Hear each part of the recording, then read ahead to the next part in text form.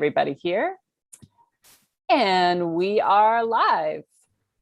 So welcome everyone to the Hillsborough Town Board of Commissioners September work session. I paused for a moment to be sure I was remembering the right month we are in. And we are still continuing to meet remotely due to public health concerns. And I can go ahead and start by opening the work session and having the roll call. Commissioner Bell, Commissioner English, Present. Commissioner Ferguson, Here. Commissioner Hughes, Here. Commissioner Lloyd, Here. Mayor Weaver. I am also here. Thank you, Sarah, and welcome everyone, whether you're here with us in the screen, in the waiting room, or watching us on the YouTube channel. Our next item is agenda changes and approval. Do we have any changes to the agenda? Move Yes, to approve as presented. Second. Wait, I think we might have one addition, Sarah. Oh, sorry. Is that the item you emailed out earlier? Yes, we have an addition for the capital project ordinance related to connectivity, and it was emailed out to the board earlier today by Emily Bradford. Yep. And that's for the consent agenda, addition to the consent.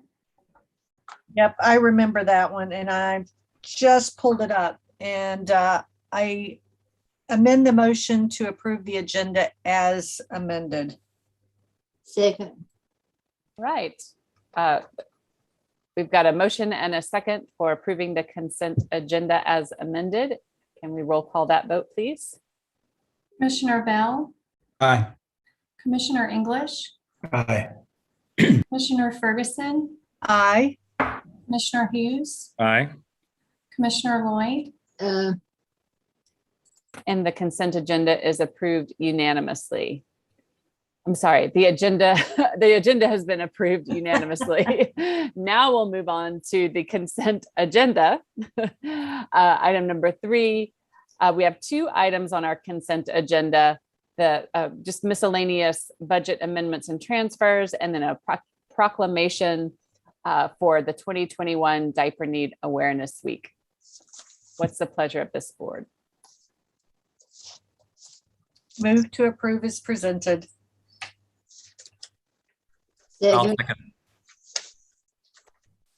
We've got a motion and a second, and we can roll call the consent. Commissioner Bell, Aye.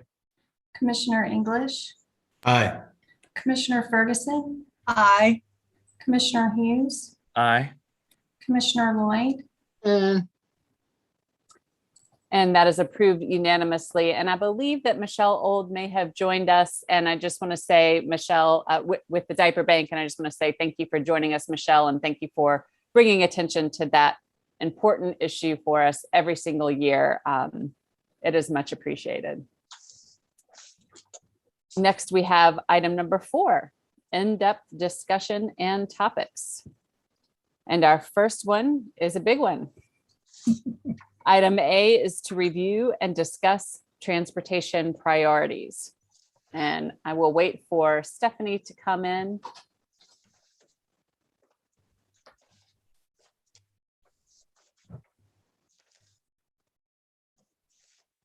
Welcome, sorry. Stephanie. The way the webinar works is my screen goes totally dark right when I'm joining, so I couldn't tell if you were introducing the transportation topic. Is that where we are? That is where we are, and we will kind of continue in our practice of letting you present and then lead the Q&A as well, so we can all focus on your presentation. Okay, yeah, this is going to be a big one, so I might need some help from from you guys tonight.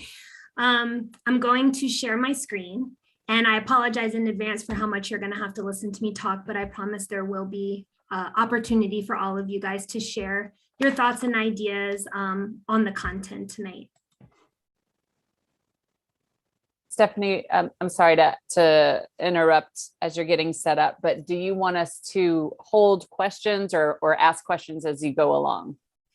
There are going to be periods of time where we stop sharing the screen so that we can talk together. There'll be 3 sort of segments of the presentation. So if you could just hold till we get to those segments, I think that'll work best to then turn off the screen sharing so that we can discuss.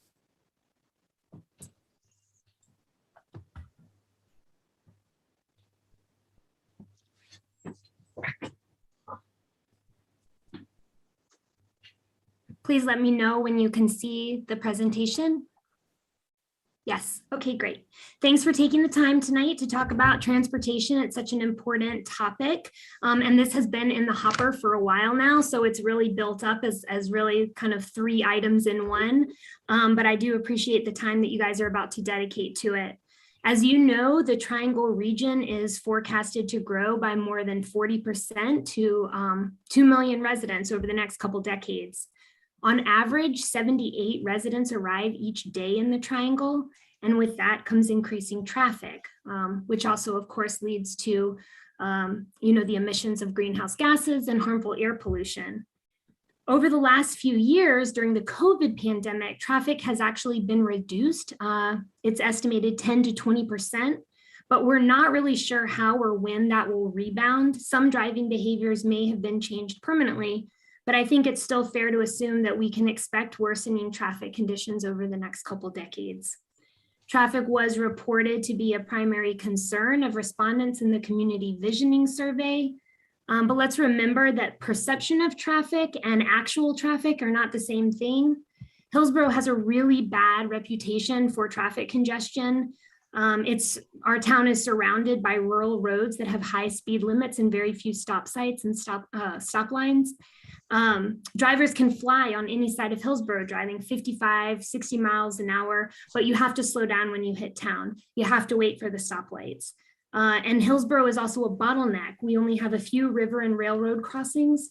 So the roads lead into and out of town like spokes, but there are only a couple ways through town.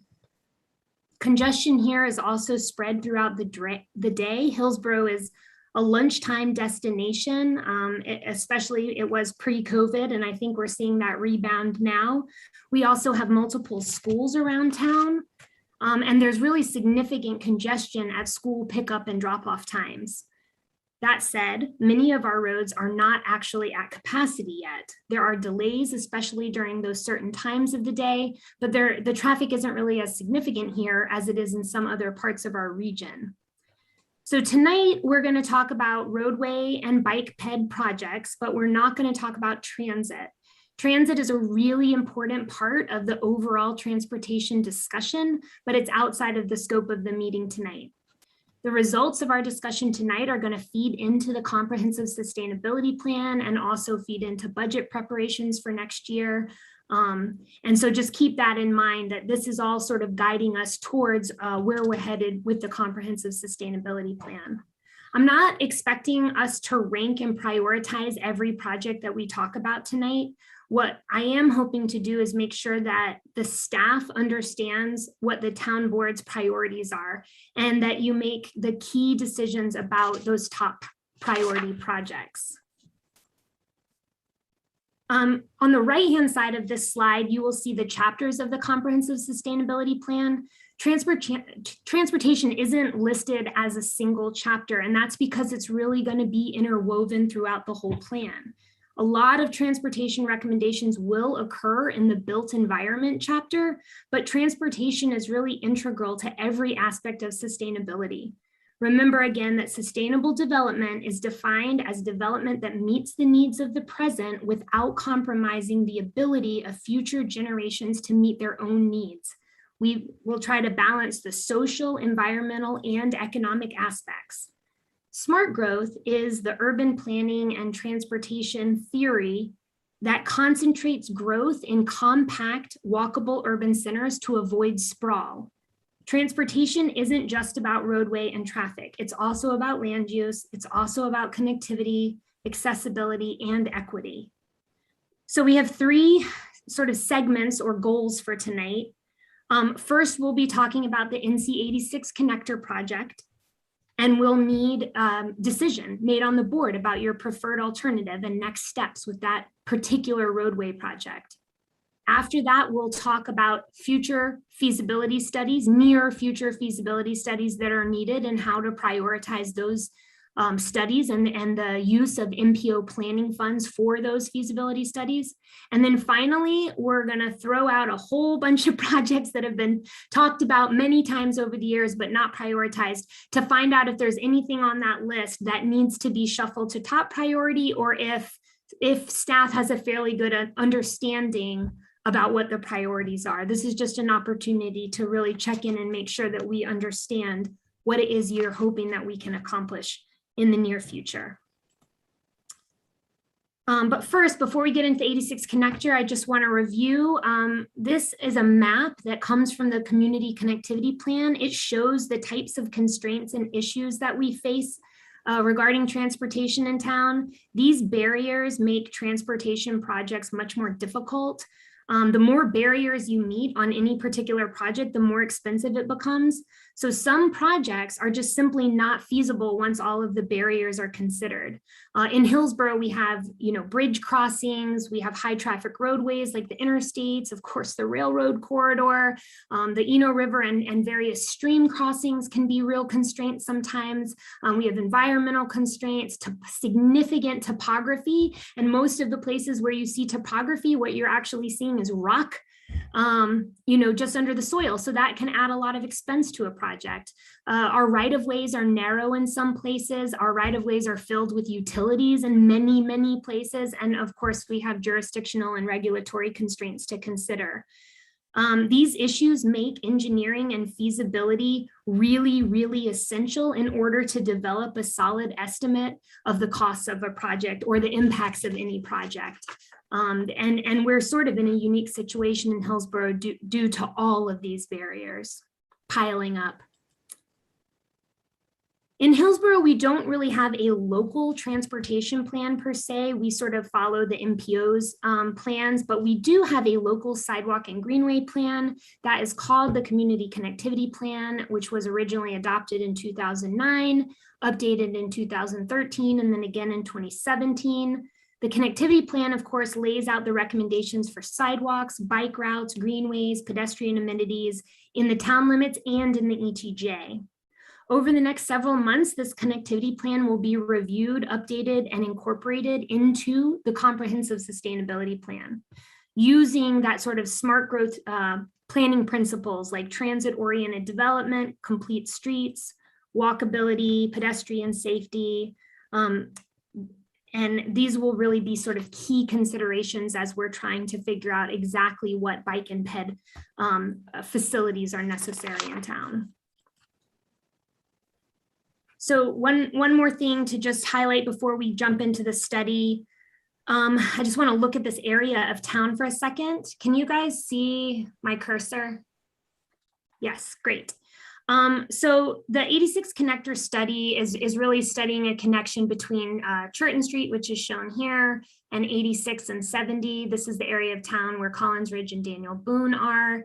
And just keep in mind, community members report a lot of traffic problems on these roads, Cherton Street, 70A, and 86, especially during rush hours. And it's true, there is a lot more traffic during rush hours. But the deficiency analysis that you see here, which is put out by the MPO for planning purposes, shows that US 70A and NC 86 function at a level of service C in year 2050.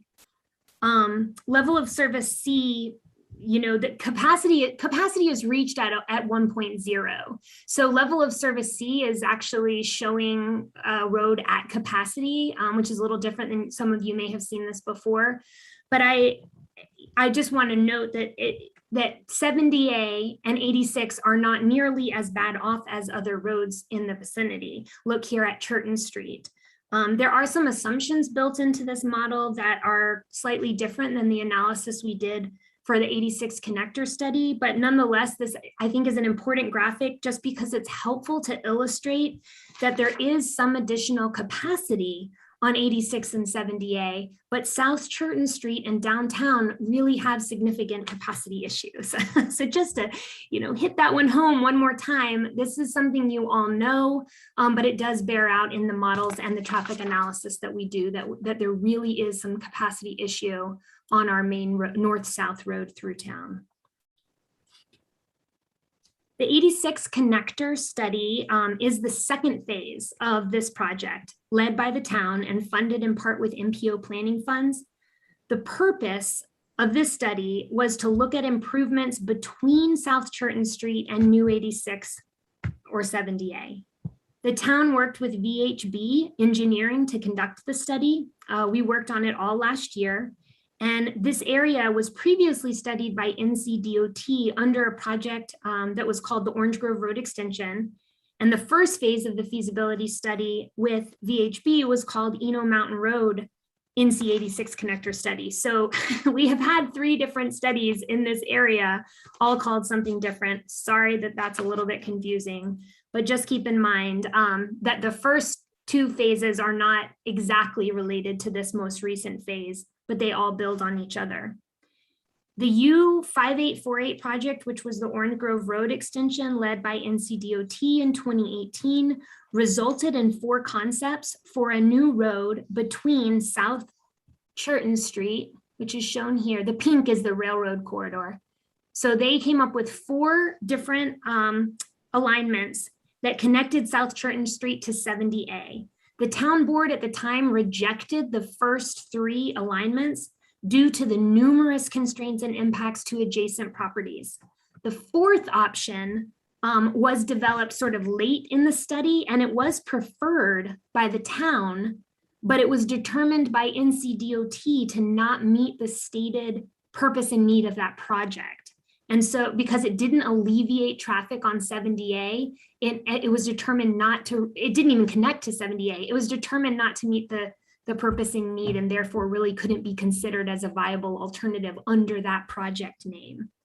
So at that time, the town board, in rejecting that study, asked staff, town staff, to study the feasibility of other alternatives.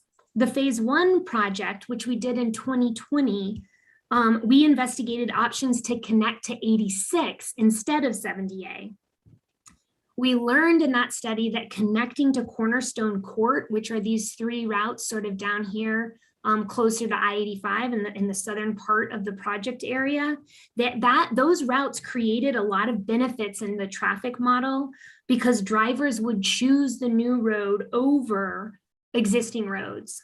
But those routes are not feasible due to the impacts to existing commercial property, as well as topographic, utility, and environmental constraints.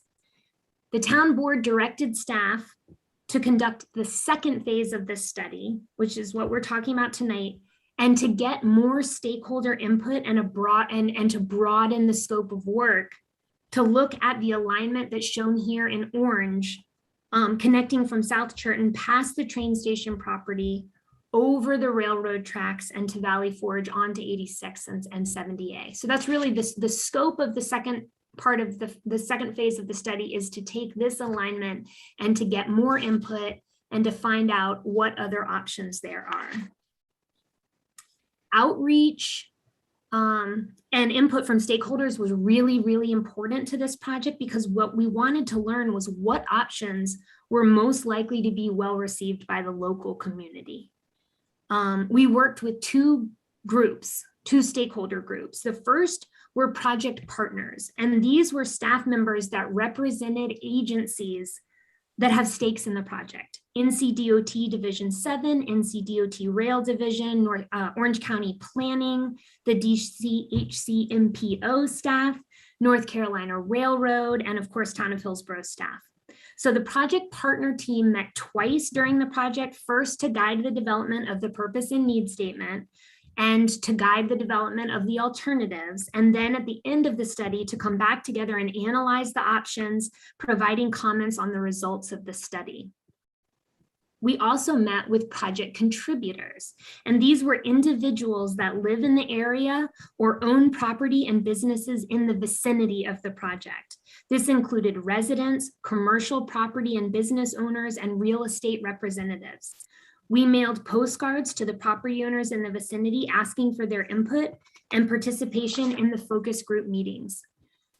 We held 8 separate virtual focus group meetings with project contributors. The meetings were held via Zoom because of COVID, which is not ideal, but in some ways, perhaps it helped us reach, a greater audience because we could have the meeting so many times on the schedules of folks who were asking to attend. These meetings lasted an hour to an hour and a half each, and they were really discussion-based meetings and really fantastic discussions happened at these meetings. Comments were also shared by email and phone.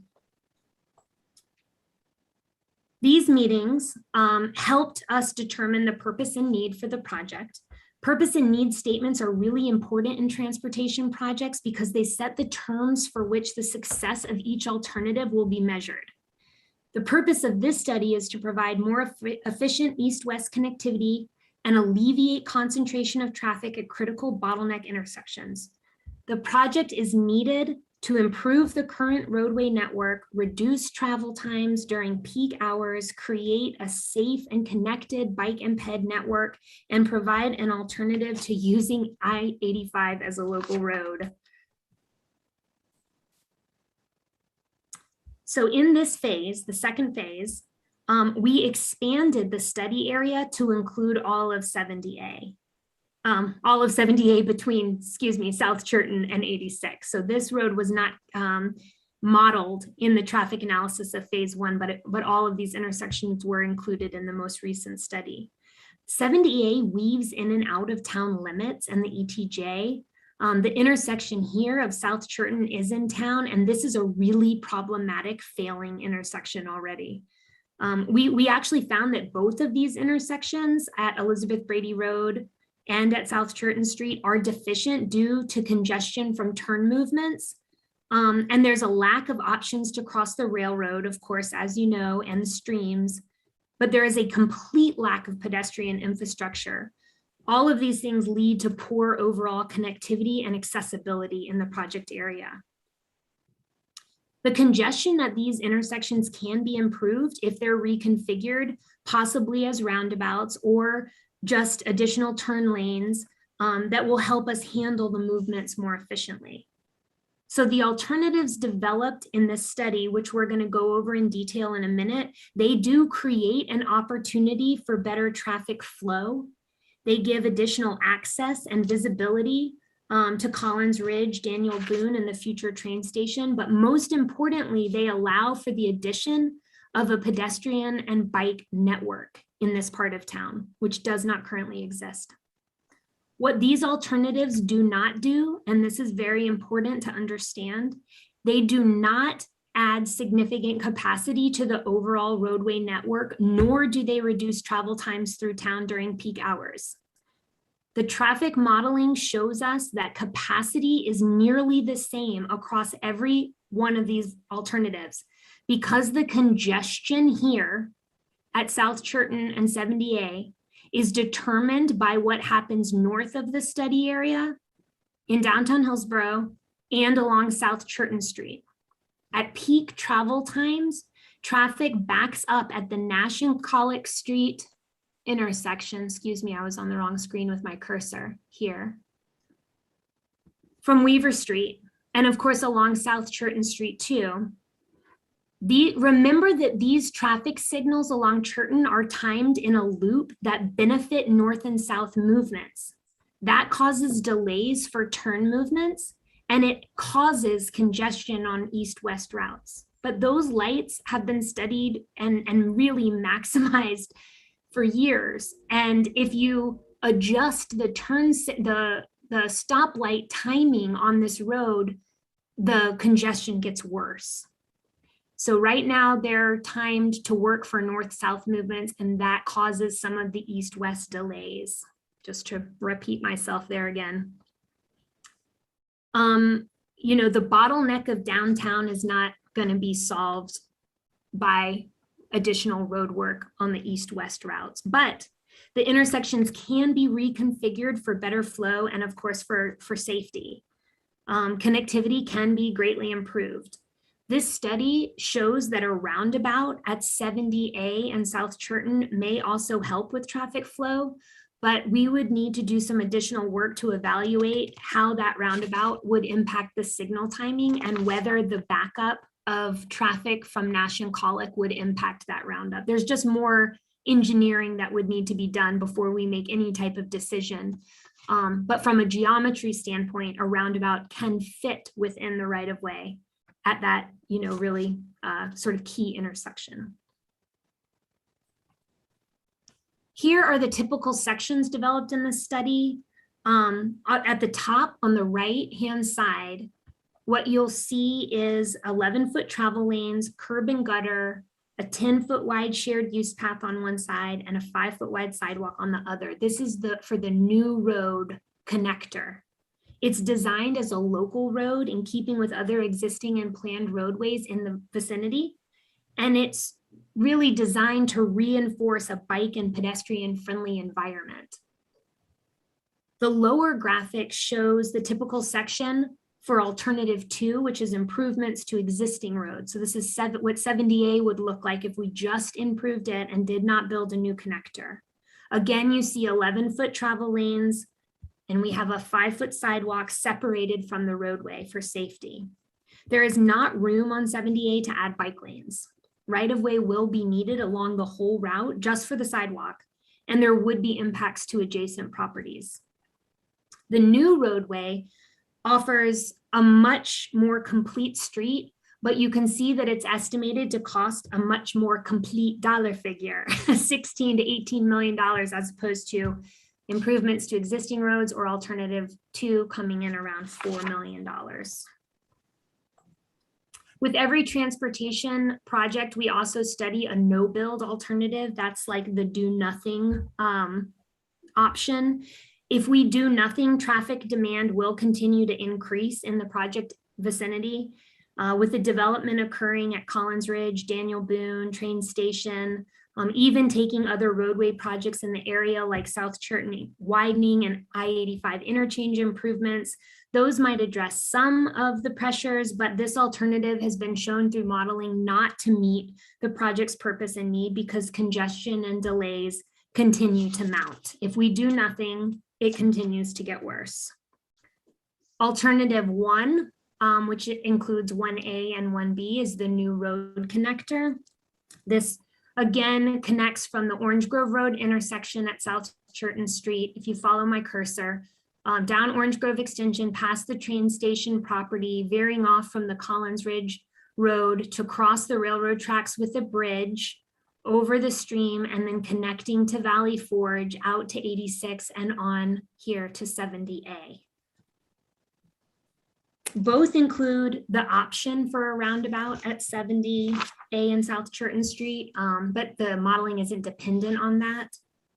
Alternative 1A and B, Alternative 1A proposes the traditional traffic signal here at 86 and Valley Forge.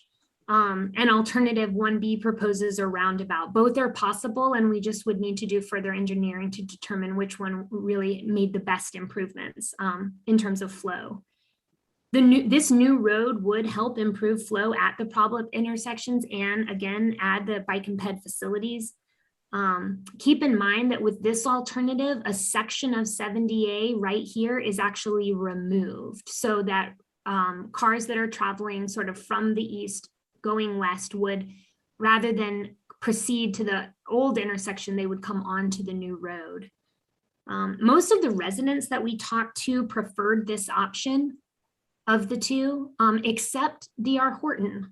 DR Horton representatives, which are the home builders in Collins Ridge, they believed that this new road option could increase traffic through their neighborhood, and so they were not in favor of it because of that reason. The alternatives do also have, this alternative does have some impact to existing commercial properties. We did try to minimize that impact as much as possible. It is really determined by the grades of getting over the railroad and then connecting to an existing road. Where this road ends up aligning is there's very little area to move it north or south. But we did try to minimize impacts. If this alignment were built, it's possible that the actual official routes of 70A and 86 could be moved to the new road, which may also help move some traffic, especially for those following, GPS instructions. Alternative 2, which is improvements to existing, meets the purpose and needs statements, but just not quite as much as 1A and 1B. Again, it does not add capacity. It does improve flow. It adds sidewalks on the north side of 70A. However, there are significant jurisdictional engineering and right-of-way issues that would have to be resolved if we take this alternative. The city limits, again, are not contiguous along this route. The narrow right-of-way and utility and topographic constraints are concerning. Residents in the focus group meetings believe that this alternative doesn't fully address the purpose and need, but they did see that it had benefits to pedestrians. Commercial property owners on 70A actually favored this option because it had less impact on their properties as the new road would. So comments we heard across all of the focus groups, everyone recognizes the benefit to additional east-west connector because it does improve access and mobility, especially for bike and ped. Most people agreed that congestion and the overall dysfunction of the intersection at 70A and South Cherton Street is really concerning, especially during peak times. Almost everyone agreed that pedestrian and bicycle infrastructure is needed and that the current conditions are really unsafe and dangerous. Many people saw that there is a clear need for still north-south connectivity and capacity through town that this project doesn't really address. But folks reported being really glad for the opportunity to give their input and to participate in the planning process. I think it was a great model for outreach and education and getting community feedback to just take the time to really develop an opportunity for everyone to get educated about what the alternatives were and to have really lengthy and long discussions with staff about what their ideas were and what some of their concerns were. It was a very beneficial project because of that.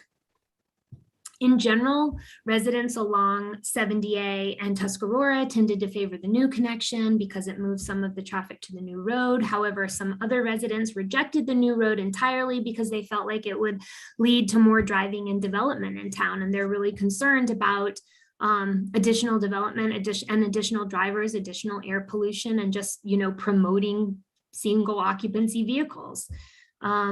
Commercial property owners and representatives on 70 tended to favor just improving existing roads, whereas the commercial properties on South Cherton Street and those with real estate interests in this corridor, of course, preferred the new road connector, bringing additional visibility and access to those properties. I think it's fair to say that there's not really any clear preferred alignment among the project contributors. But it was different for the project partners. Again, these are staff members representing agencies with stakes in the project. The project partners recognize that the new connector is a better long-term solution and it keeps more options on the table to address congestion and capacity issues in the future. Alternative 2 is more of a short-term option and it comes with all kinds of constraints and hurdles. Partners and staff agree that the new connector has additional benefits of, giving extra access to Collins Ridge and Daniel Boone, visibility and access to the train station property, which will be a major multimodal transit center, a destination that has a greenway connection and bus services in the future. This road connector would also greatly improve the value of the town's property around the train station. So you have a decision to make. If you want to greatly improve capacity, we probably need to look at options that force traffic from 70A to the new road away from the failing intersection at South Cherton and 70.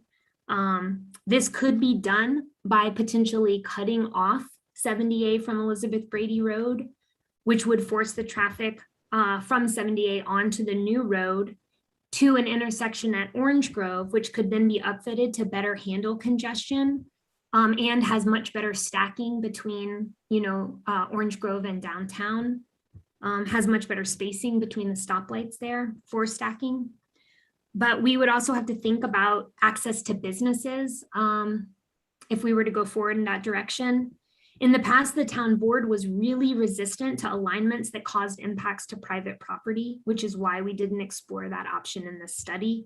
There's simply no way to make a capacity improvement without significant impacts. There's no magic option that improves capacity, flow, connectivity, and reduces impacts. So if the board prefers one of these alternatives, we could submit it for scoring in the next round of MPO projects. If the board wants different options, we would have to accept greater impacts to private property.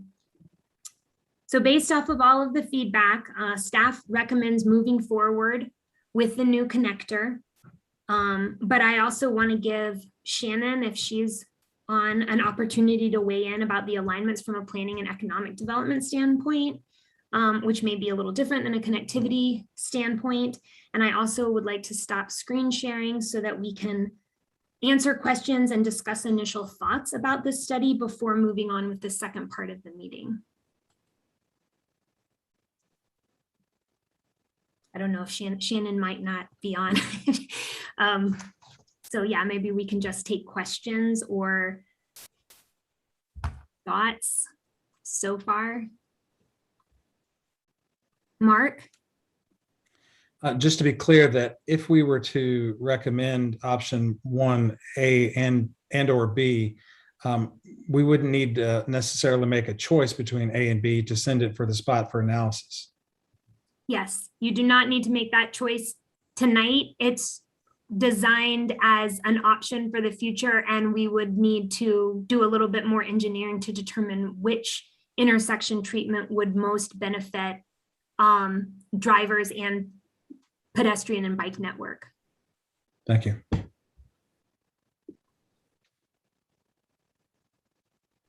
Stephanie, I'm not sure if you can tell, but folks are using the hand raising little icon in the upper left corners. No, I'm so sorry. I was looking at your faces. I wish we were all in a room together to do this tonight. I don't know who is first, so I'll just start with my top screen. Matt?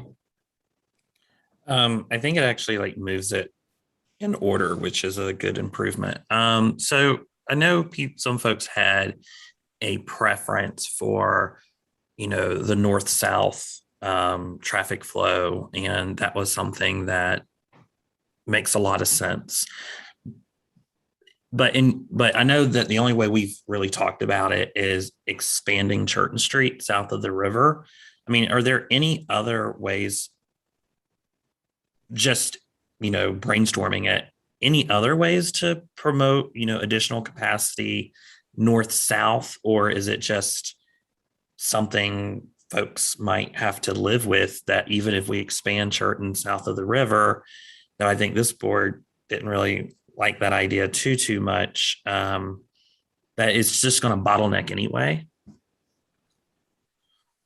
Yes, and downtown Hillsborough will continue to be a bottleneck for single occupancy vehicles until there's another alternative. And this board many years ago decided against a bypass alternative, which of course would have alleviated some traffic.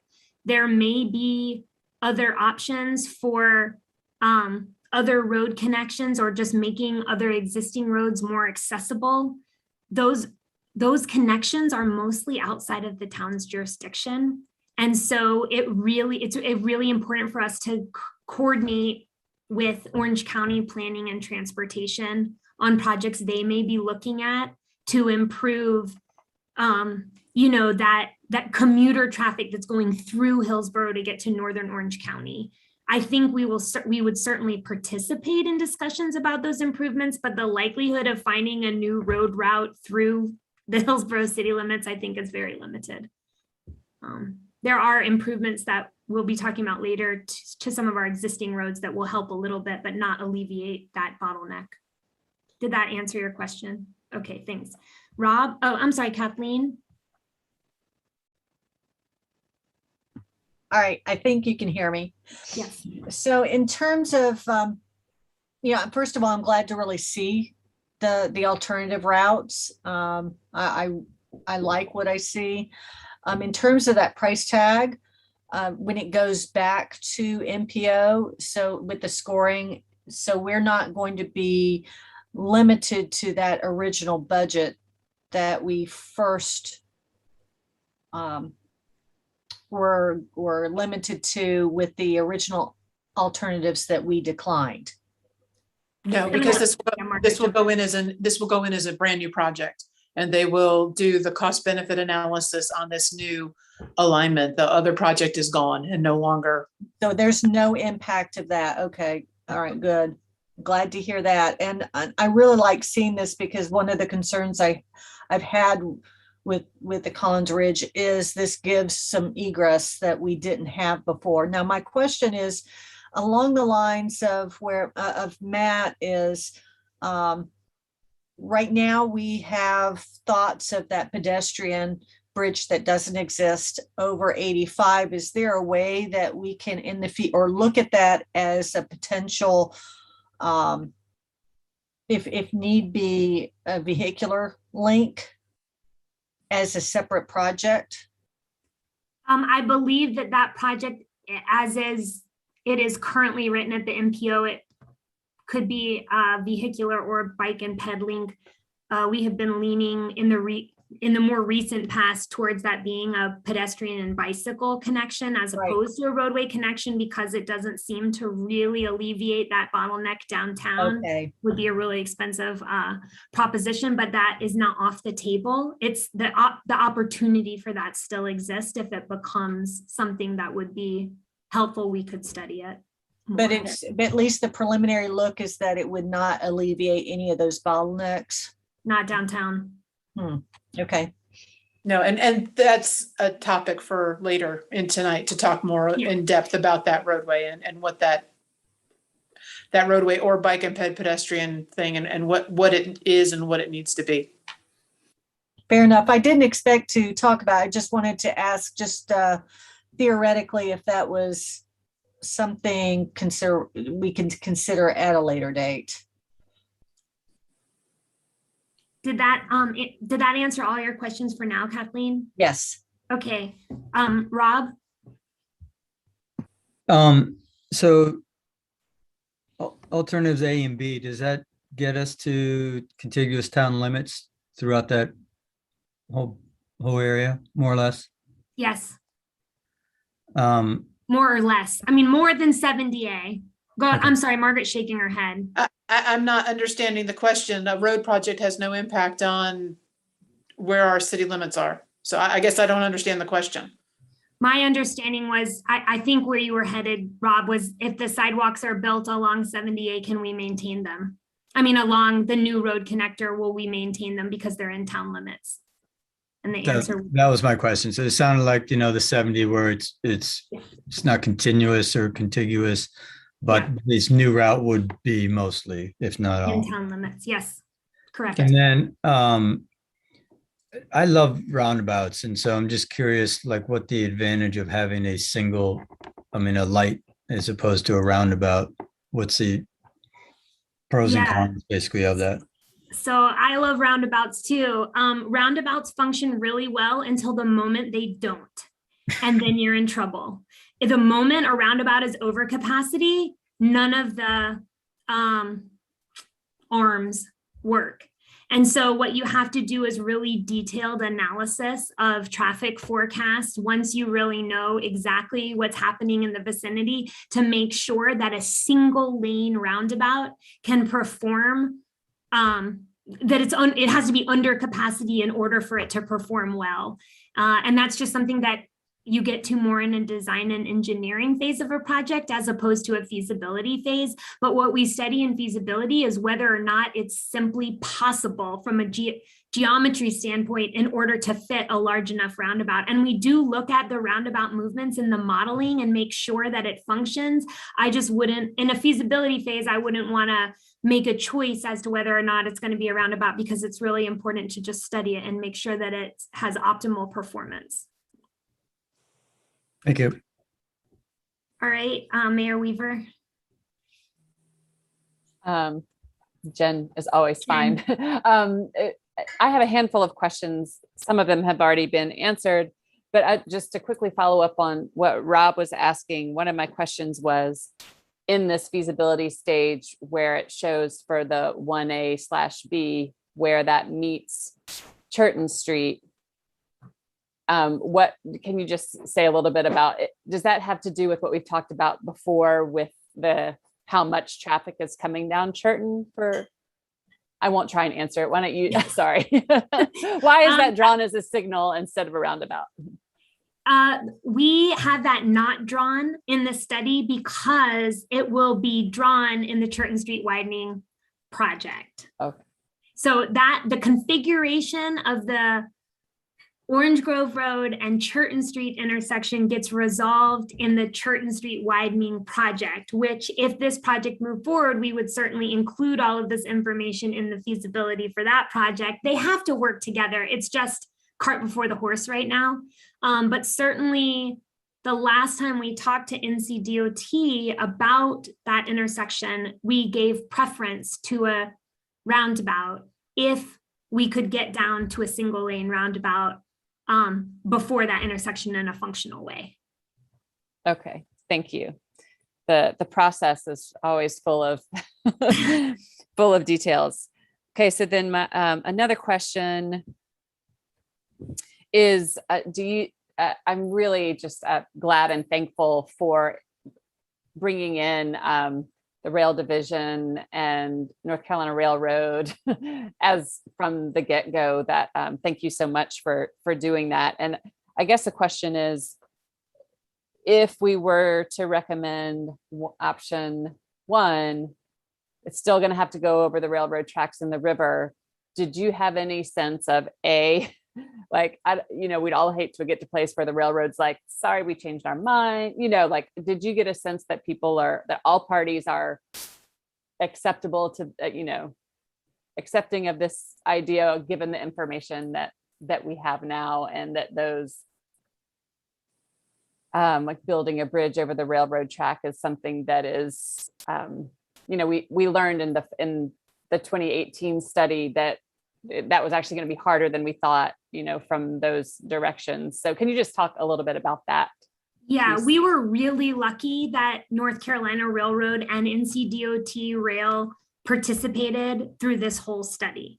And so we got a much better understanding of what the requirements are and what the process would be for approval. And we are not at the stage of the project where any type of official approval is granted. So I just say that but from everything I can tell, it is possible to get the approvals to bridge with a roadway and bike and ped infrastructure over the railroad in the location that we're showing in this feasibility study. It is possible to do that with continued coordination and final approvals being issued by North Carolina Railroad as the property owner. We also, have to make sure that it's all being considered during the rail realignment of that curve project, which is moving much quicker now than any of our roadway projects.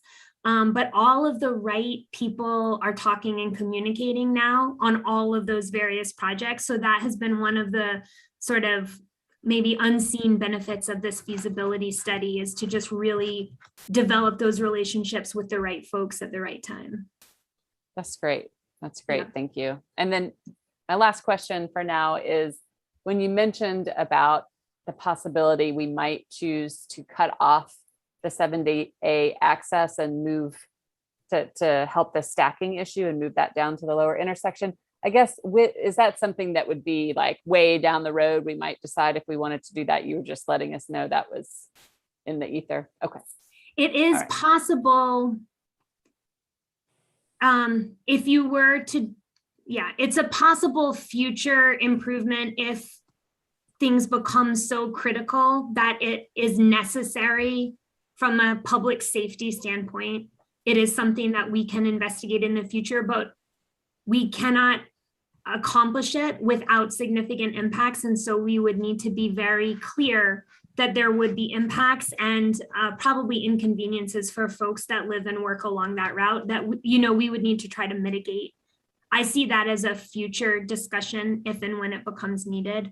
None of the alternatives tonight preclude that from happening in the future, but certainly alternative 1A and B line up for that better later if it becomes needed.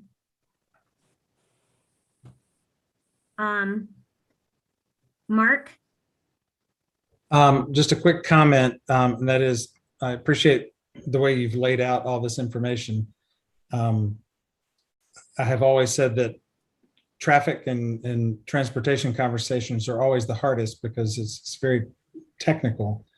And so you've made this information very digestible, so I appreciate it.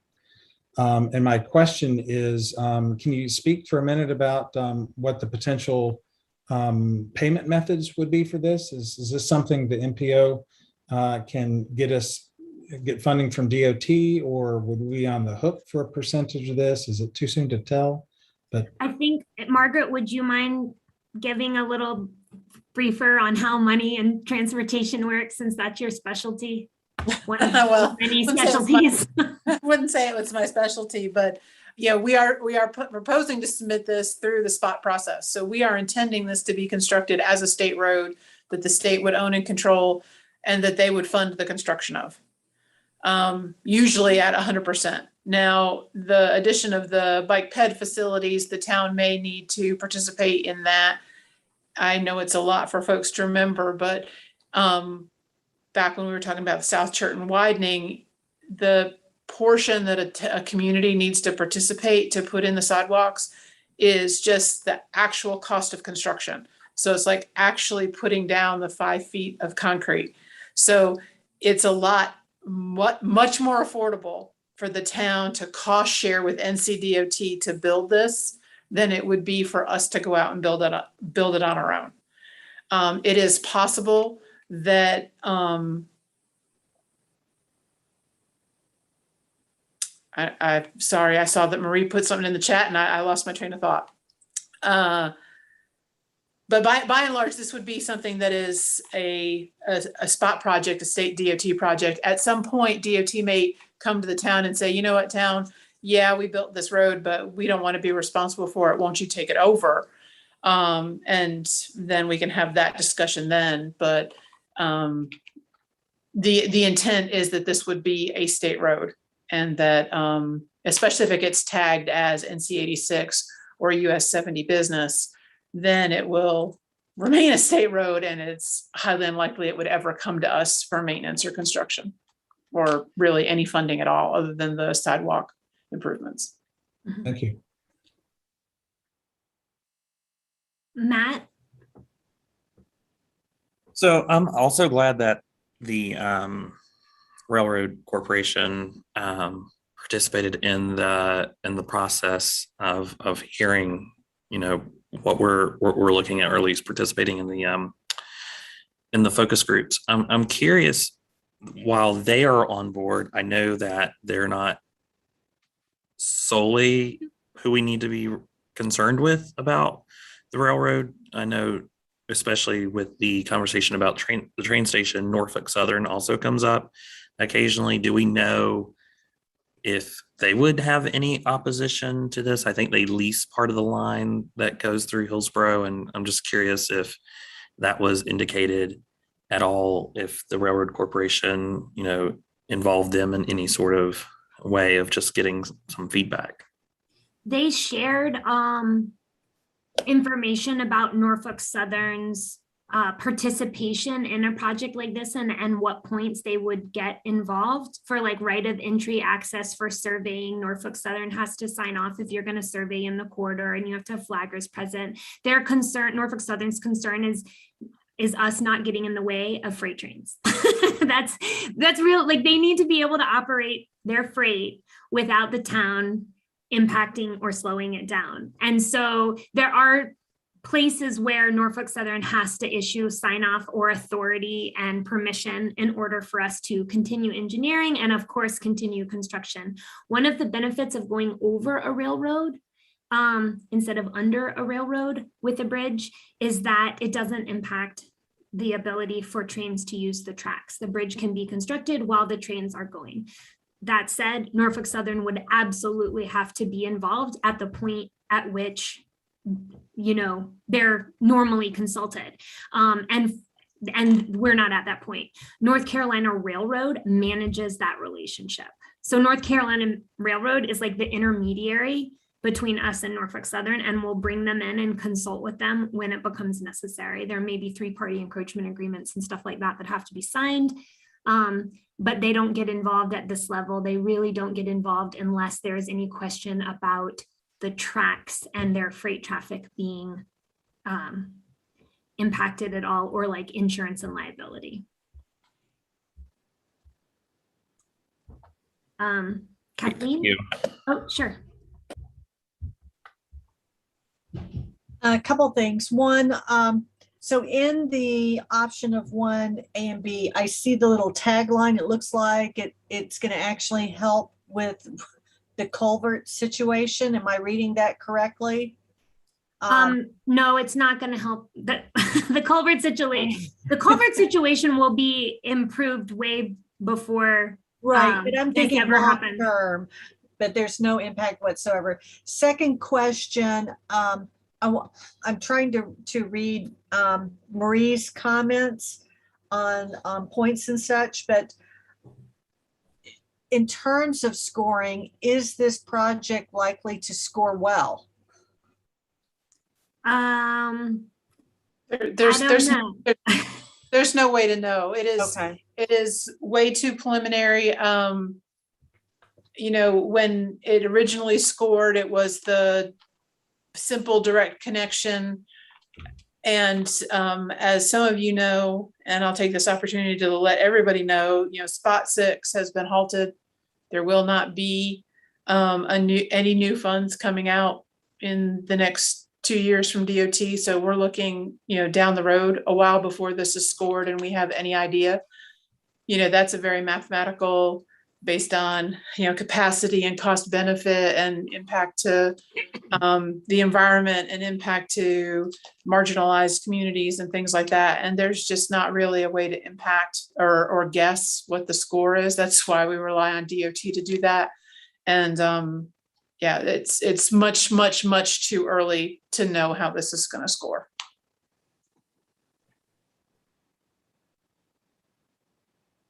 Yeah, I have a kind of a 50-50 feeling about it. Again, it doesn't greatly change the capacity of the road, but with complete streets and multimodal facilities being something that's increasingly important, and with potential infrastructure funds coming, you know, there's a chance that projects that help traffic flow and make roads safer for people, there's a chance now that those things can score well that maybe 15 or 20 years ago didn't exist as much. So I guess I have faith that maybe it would score well. Okay, let's take the other questions, and then I think we can keep going with the presentation, because we don't need to make a decision about this topic right now. We can come back to it at the end. So Matt? I know we haven't built a ton of roads in recent history. I think Waterstone Drive might have been the most recent kind of big-ish road to be built. I'm curious though about this possibly being will be a much longer road. What can you speak to, just for my own information and benefit, what might have to occur in terms of archaeology along this path, or along whatever road ends up getting constructed, what the requirements are for that, since obviously a lot of history here. Yeah, so for an NCDOT road, they have to meet federal like section 106 guidelines for that cover environmental and archaeological resources. There have to be studies that are done to determine that significant impacts aren't made, or and that's really more of a process that's done by the state than it would be the town applying for those things. Okay, thank you. Rob?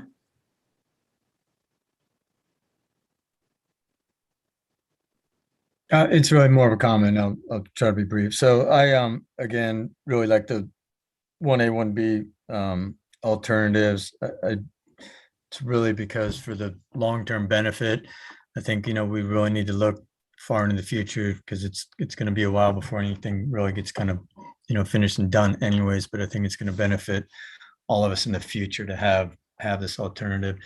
And I kind of think, you know, I understand DR Horton's comments, but I think many people in that community too may think of a benefit from having another way to turn, and another alternative to kind of get out of their neighborhood might actually be, you know, a plus. So I think, you know, for those two reasons that it's a good, and the only way to remotely even try to reduce congestion in downtown is to get more people out of their cars and single vehicle occupancy and get more people on bikes and walking. So I think that will help with that, because I don't really see any other way. Yeah, that's a really good point you make. Just, you know, it's tricky because the residents who will live in Collins Ridge don't live here to voice, you know, to participate in the process right now. And so for all of that, you know, hundreds of homes, we only had one person attend the meeting that represented the home builder. And so, yeah, I do think it's important to keep in mind the future Hillsborough residents that will live in that area, but just aren't here yet to participate in the process. That's a really good point. Are there any other questions? Shannon, I think that your computer was updating when I tried to throw it to you earlier. There was a point where I talked just very, very briefly about the visibility of the train station and the town's property around the train station. And I just wondered if there was anything you wanted to add right now about these options from an economic development and land use standpoint. Sure. Can you hear me? Yes. Okay. That's when we come into the webinar, I never know if you can see or hear me. Yeah, I mean, I was just going to throw my 2 cents in with the option 1A, 1B. We've already touched on it. I mean, I think it would be great to provide the Collins Ridge neighborhood another option for a point of egress. That visibility for the train station will be great, as well as the rest of the development that could potentially happen, transit-oriented development around that train station. We've got needs and things that people are already kind of eyeballing that property for. I will say, I think somebody said something about the roundabouts. I also enjoy a good roundabout. One of those roundabouts, not the one at the intersection of Cherton and 70A, but the one that's further down, closer to Elizabeth Brady, is on a piece of very developable, potentially property for future development that hasn't recognized build out. I think we nicknamed it Owl's Woods, but and that would eat into a lot of that developable property, though, because right-of-ways do eat up a lot of land, and we don't know what's going to happen there. If it's something that's very commercial and or has a dense residential component, it may impact the way that roundabout works. And then I also wanted to speak quickly to the bottleneck in downtown issue. This is not going to solve that problem. Having more connections and more ways to move people through town, though, will greatly improve our overall transportation system, even if it doesn't build capacity. And I will say that I would personally like to see, as part of this project, or maybe a standalone project, we really need to do a good job of informing the public of alternate routes. And I've been hearing for 6 years now from people that live in Northern Orange and have lived in Northern Orange for 30 years, and they think the only way to get to 40 and 85 is to go down Cherton Street. And so I think just that education component is really, really important, because that shouldn't be happening. There's lots of other good ways to go that it would be a lot faster and would create a lot less traffic jams. So I'm gonna leave it at that. And everyone that lives on West Hill just went, shh, don't tell.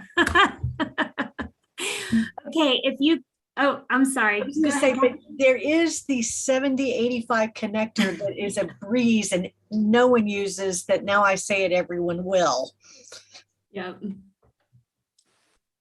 Okay, if you guys are ready to just keep going, we can, this comes up again in the last slide. So if you have any thoughts, jot them down. Oh, I'm sorry, Evelyn. I've just got a question from what she said. I thought that we had been through the thing about coming from the north, going down 70. I thought we had discussed that at great length. I think we just need more outreach and education. But that would still be an option. Why would you still have to come? You still don't have to come through town. You could go towards Eflin and get on 40. Yeah. Right. Okay. There's still members. Also always, There's still members of the public that are unaware of that alternative, and that's what Shannon's oh talking about. yeah, I realize Information. that we've talked about it enough. Mhm. And also, I still have questions about roundabouts, but that's just me. I think it's good to know that roundabouts are an option and that if any of this moves forward, we can study them as an option, but we don't have to make decisions about them tonight. And it would be sure because we don't have enough. They worry me greatly. Yes, ma'am. I wanted to point that out. You're going to have to educate. You're going to have to make me see it better than I'm seeing it. Great. Well, we'll leave it all on the table for right now, and we'll come back to this topic on the very last slide, but I'm going to share my screen again and keep moving so that we're not. Okay, I haven't said but two things, and every time I say something, I get chopped off. So watch it. Okay, let's see.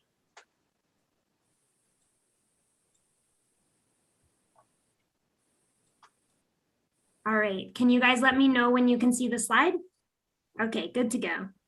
All right, so we're gonna pivot now to talk a little Definitely, bit. the preview is on, so you're not in regular slideshow. It's showing your preview slide as well. Okay, let me try that again.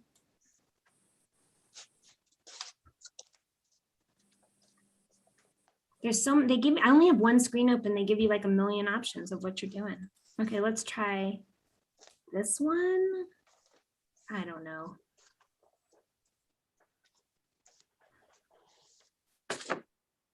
Is that right? Thank you. Okay. So where am I? Here. Okay, we're going to pivot to transportation planning process now. It was really hard for me to figure out what order to put any of these slides in because they all relate to each other. So you may get information now that you wish you had 5 minutes ago. I'm sorry. At a certain point, I just had to pick and go with it. Projects are generally submitted as concepts and scored by the MPO using the regional transportation model. The spot scoring is based on certain assumptions and projections for growth. If projects score well, they're put in the hopper for funding in the STIP. Once they're funded, they move into design and engineering, and then right-of-way is scheduled, and finally construction. But transportation funding fluctuates with state budgets, and so projects can be reprioritized. Only the first few years of a STIP are considered allocated. Everything else can be shuffled around and often is. Sometimes there's additional funding from the federal government that comes down in the form of infrastructure grants. But for a project to get funded with infrastructure grants, it usually has to be shovel ready. A project is shovel ready when the design and engineering are advanced enough that with sufficient funding, construction can begin within a very short period of time. When NCDOT leads a project, they usually bring on a consultant to develop several concepts. Those conceptual alternatives are then vetted through one public meeting. And then they ask the local jurisdiction to select the concept they want to carry forward to engineering, jumping to the blue step. And this is where we've had trouble in the past. Without significant public input and a deep dive into the barriers and constraints, the alternatives that are developed don't often convey the needs of the locality. Differing views on the purpose of the project can cause conflict too, If DOT is searching for an option that improves travel times or reduces congestion, they might not be spending as much time thinking about how the project impacts adjacent properties or how it will be received by the local community. Sometimes the needs of the DOT differ from the needs of the town. Feasibility, in shining gold, is the tool that allows that deeper investigation into the purpose, constraints, and impacts of a project. Feasibility allows time for a much greater stakeholder and public input process, time to analyze the constraints like utility conflicts, time to consider various solutions to any concerns and problems that are raised through the public input process. Feasibility allows time to get a better estimate of the costs before a project is submitted for funding. Essentially, it's the tool that helps a locality plan and make better decisions about what projects to support and advance. This topic is really important tonight because we have choices to make about what transportation projects to conduct feasibility on. Projects that are led by DOT oftentimes do not have a feasibility step, but the MPO planning funds that we have access to allow us to do feasibility studies. We receive about $95,000 a year in MPO planning funds. A 20% match is required to accompany the expenditure of those funds, 20% local match. If we don't spend the money, it is rolled over to the next year. At least that's how it's been in the past. We currently have about $255,000. How and if these funds will continue to be available is under discussion right now at the MPO. So the way that it's worked in the past might not be the way it works in the future, but I'm explaining how it's worked in the past. If a new process comes forward, that may change this discussion. Our town FY22 budget includes using MPO planning funds for a downtown parking study and feasibility of a pedestrian bridge over I-85. That's this year. We're supposed to be studying it.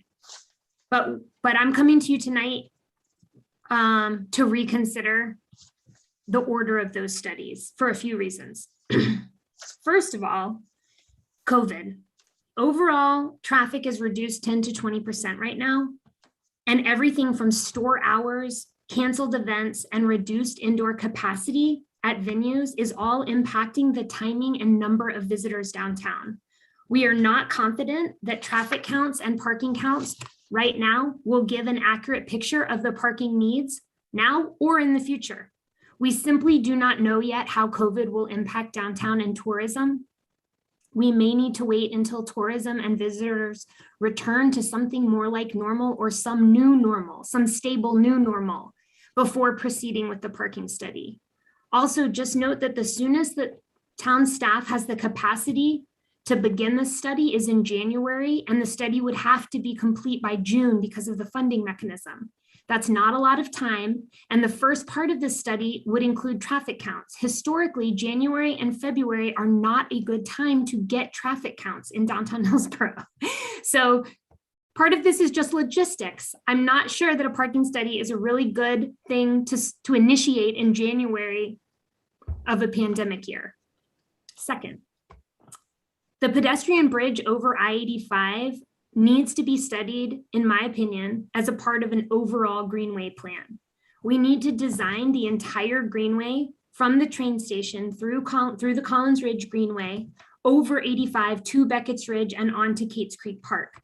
A greenway plan that maps out the entire route, but includes the bridge and includes all of the connection points to nearby neighborhoods will help us get a better handle on what right-of-way is needed and the actual costs of the project. Third thing to consider. NCDOT has recently reprioritized the Cherton Street Widening project. NCDOT started to study the Cherton Street Widening project in 2018. That's the plan that you're seeing on this slide. That was one of their early conceptual plans. Since then, the project was reprioritized for right-of-way in 26 and construction in 29. That's the final year in the step. So keep in mind, it can be reprioritized, reallocated. NCDOT does not have a design yet for Cherton Street, but the concepts that we saw 2 years ago did not receive overwhelming support from this board. There were a lot of questions and a lot of concerns raised by board members and staff. It would be good for us to determine what Cherton Street needs to be from a local standpoint ahead of the NCDOT project so that we can give meaningful feedback and hopefully end up with a project that suits our community. Cherton Street is, as you know, the primary entry to town. It's the spine road. It hosts the major commercial district. It connects to the areas that are likeliest to develop with mixed use and transit-oriented neighborhoods. And of course, it connects to downtown, which is then the gateway to West Hillsborough, our northern neighborhoods, and on to northern Orange County. A 4-lane divided road with 12-foot travel lanes and a 20+ foot median, which is what NCDOT was proposing, that has a very wide profile, and it would impact the appearance of our main corridor and all the access to adjacent properties.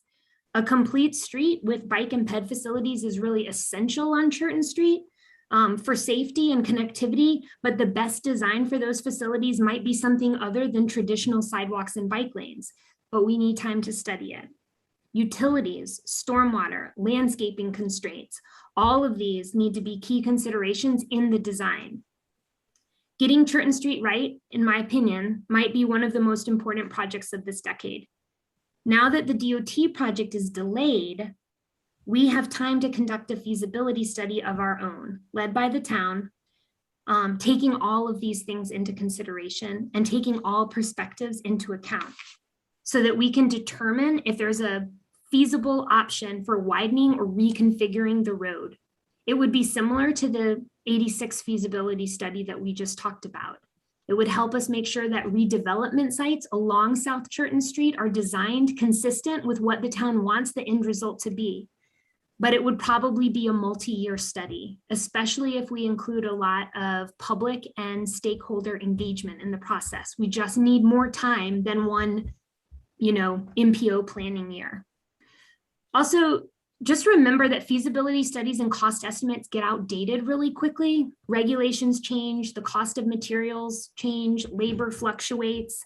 So the best scenario generally is conducting feasibility studies within a 3-year window before right-of-way, or at most a 5-year window to construction. Anything further out than that is going to be outdated before the project gets underway.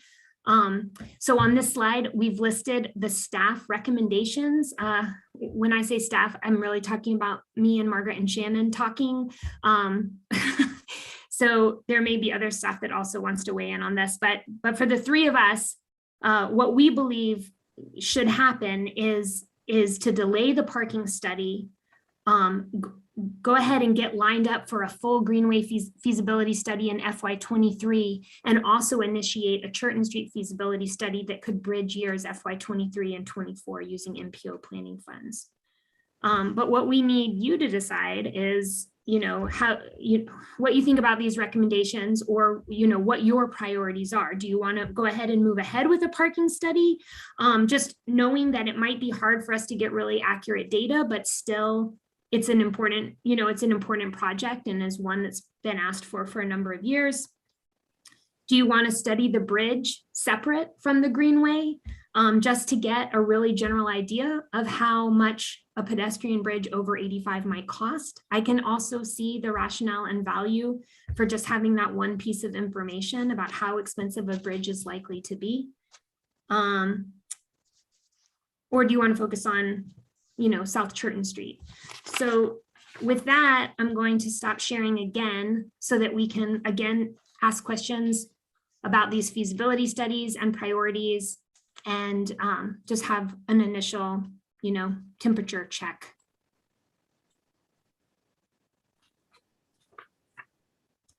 Rob? I think Kathleen was first. I'm going to defer to her. Sorry. No, you're good. Well, first of all, I am doing a happy dance to see that staff is thinking about a greenway. I I absolutely want to see that move. I fully support shelving the parking study for a while. And with respect to the pedestrian bridge over 85, how has the pedestrian bridges of, say, American Tobacco Trail or some of the other pedestrian bridges that have crossed, 85 or Durham Freeway or, those kinds of, or 40 even, how have they been funded? In general, not a deep dive, but just in general.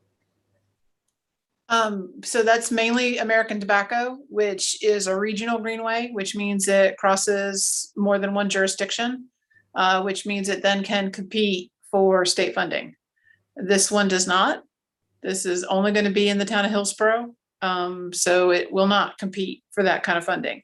We will have to fund this predominantly locally unless we wanted to bankroll our MPO funds for many years to try and construct it. So this is going to be, funding this is going to be the big challenge.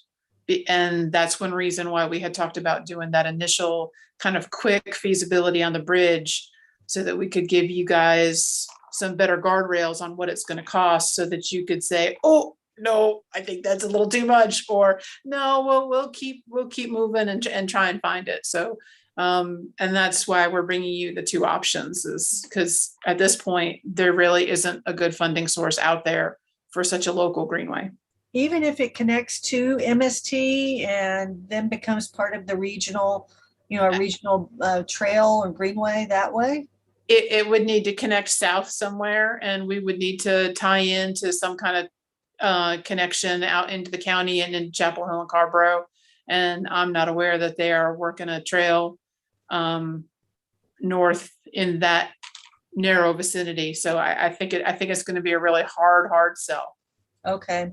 And just to follow up, because on the Cherton Street widening, I'm actually heartened to hear that we're going to have a chance, a second crack at that.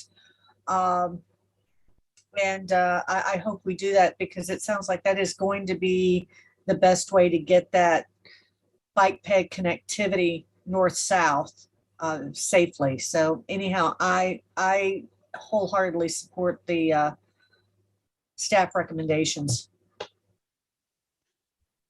I will say, Kathleen, that I remain hopeful that bike and ped funding for greenways may become available as a part of recovery or infrastructure funds. And I think Margaret is absolutely right that it's not there now. But there have been times in the past where there were grants and options available for bike and ped infrastructure. Just to give you guys a rough idea, the American Tobacco bridges in Durham and Raleigh ranged between $4 and $10 million. So these are just pedestrian bridges over interstates. And of course, our interstate is getting widened, which makes it a more expensive project. So anyway, if that's helpful at all. Okay, now Rob. Thanks. I am in full lockstep with staff recommendations on this. I always find a parking place downtown. So I think we can, do a better job potentially of letting people maybe that don't go downtown frequently, like where those available parking places are.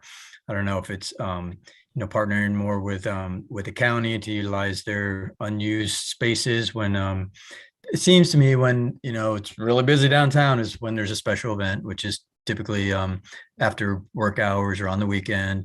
And I know we already do have and use the availability of some county spaces too, but if we can figure out a way to engage and have better communication to let people know where those spaces are and stuff. So I am fine, not doing a parking study now. I also think January and February in a pandemic is not the best time to necessarily do that or use your time and energy for that. And absolutely fully support a comprehensive greenway feasibility study. I think, looking at that again, instead of in parts or sections, but to be able to look at it at a much kind of broader way would benefit us all. And also with the Cherton Street feasibility study, I think as Kathleen mentioned, having kind of another opportunity. I also think it's paramount to engage the new Collins Ridge residents and the new people there that weren't necessarily there first go around, because I think they will hopefully have some more things to say and how important that corridor is. But I fully support staff recommendations for this. Good work. Okay, thank you. Mark? Well, I'll be quick and say that Rob just absolutely read my mind. So agree with everything he said and your order of priorities. So well done. Okay, thank you. Matt? Ditto. Sorry, I had to take a bio break. So I missed a little bit of your wrap up there. But then also, I would just say, submitting, alternatives 1A and B for, scoring would be great. I don't know if you need us to say yay to both and see how they score or one over the other. I personally have a preference of one over the other, but it would be interesting to see them get scored, and ditto on all the the delay of the parking study, the Greenway feasibility study. Cherton Street, I would like similarly us to take a look at that in a different way than what DOT did. I assume they would also accept the our own feasibility studies and such, as we're doing here with the alternatives. I don't really like their idea too much. I think it would dramatically change, south of the river on Cherton Street. So I would like to see what other alternatives we might be able to come up with on there. So all in all, I'd say, good work.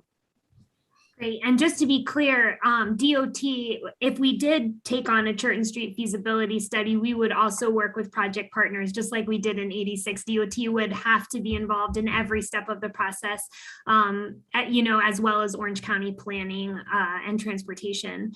They've been super helpful. Margaret a minute ago mentioned, if there was a regional greenway, maybe this project would be available for different funds. There are folks that talk about regional greenways from time to time.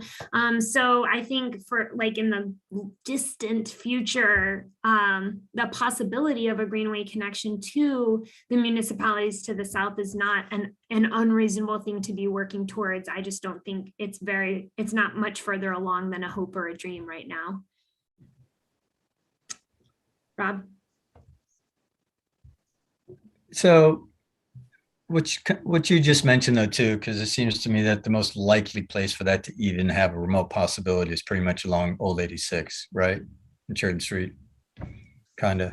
In my opinion, yes, but I mean, there are other people that have different opinions. So we haven't really studied it or worked on it yet. It comes up as a citizen inquiry on the outboard or on Parks and Rec. It comes up from time to time between the different jurisdictions. And we were actually starting to talk about turning it into a real project right before the pandemic hit. And so I imagine that staff between the various jurisdictions will get back to it maybe when some of this other stuff clears a little bit. Yeah. But I don't think that Hillsborough is going to be a major part of that, because if we complete our greenway plans, we've basically gone to our town limits, and then it's really up to the other jurisdictions to connect to our greenways, if that makes any sense. But we would certainly benefit from that. I would think so, yeah. And we would certainly participate in the planning process. I think our citizens would, be really interested in those projects as well. Okay, I'm sorry, I'm terrible with this hand thing. I don't know who was first, but I'm just gonna go in the order. So Matt. Sorry, I had to put mine down. Okay, Kathleen, I apologize. So at Triangle J, we received the presentation about the Chapel Hill to, well into Johnston County Bikehead planning master plan. Mine is completely escaping me, the official name, but but I think, the regional Bikehead that parallels essentially 40 end to end of the triangle. And I hear what you're saying, that our greenway would need to end at the town limits, but as part of the overall planning, can we engage in that greater conversation so that there is, even if we're not in the early phases, that we're part of the later phases to connect with that? Yeah, no, that's a great point. If we did a greenway feasibility, we would certainly look around at what other plans other jurisdictions have, and at least note them in the maps to see, how close those connections are.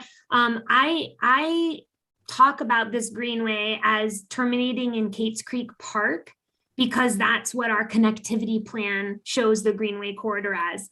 But that is under the understanding that Cornwallis Hills residents have a safe way to get to that greenway too, which might be a road connection, but still Cornwallis Hills is a neighborhood that's very close to Kate's Creek Park, but they really would need a safe way to get onto the greenway and then bike into downtown. So greenways have, I guess it's like scope creep, right? They have a way of kind of growing as you plan them, because everyone wants access at some point. If it's helpful, I can share the presentation that we did receive, like I said, through the executive committee and the overall plan of that RTP bike ped plan. You may have already seen it, and I have not. Yeah, okay, I'll send it to you. Thank you. Jen? And if other folks want to see it, I can just copy everyone. Jen? Thank you. And sure, Kathleen, it'd be great to see that. And I think it's just the Triangle Greenway project, I think. It came to me while you were talking. I'll just keep it brief and say others have expressed any comments I would have made, and I fully support this reprioritization and the recommendations of these feasibility studies. I would like to say something. Yes, Evelyn?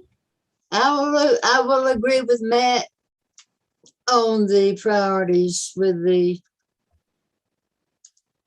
Cherton Street and the Greenwood. You owe me for that. It sounds like everyone is saying this makes sense. Okay. We can keep going with the final leg of this presentation if you guys are ready. All right, I'm going to share screen again. Hopefully it'll work. Let's try this one.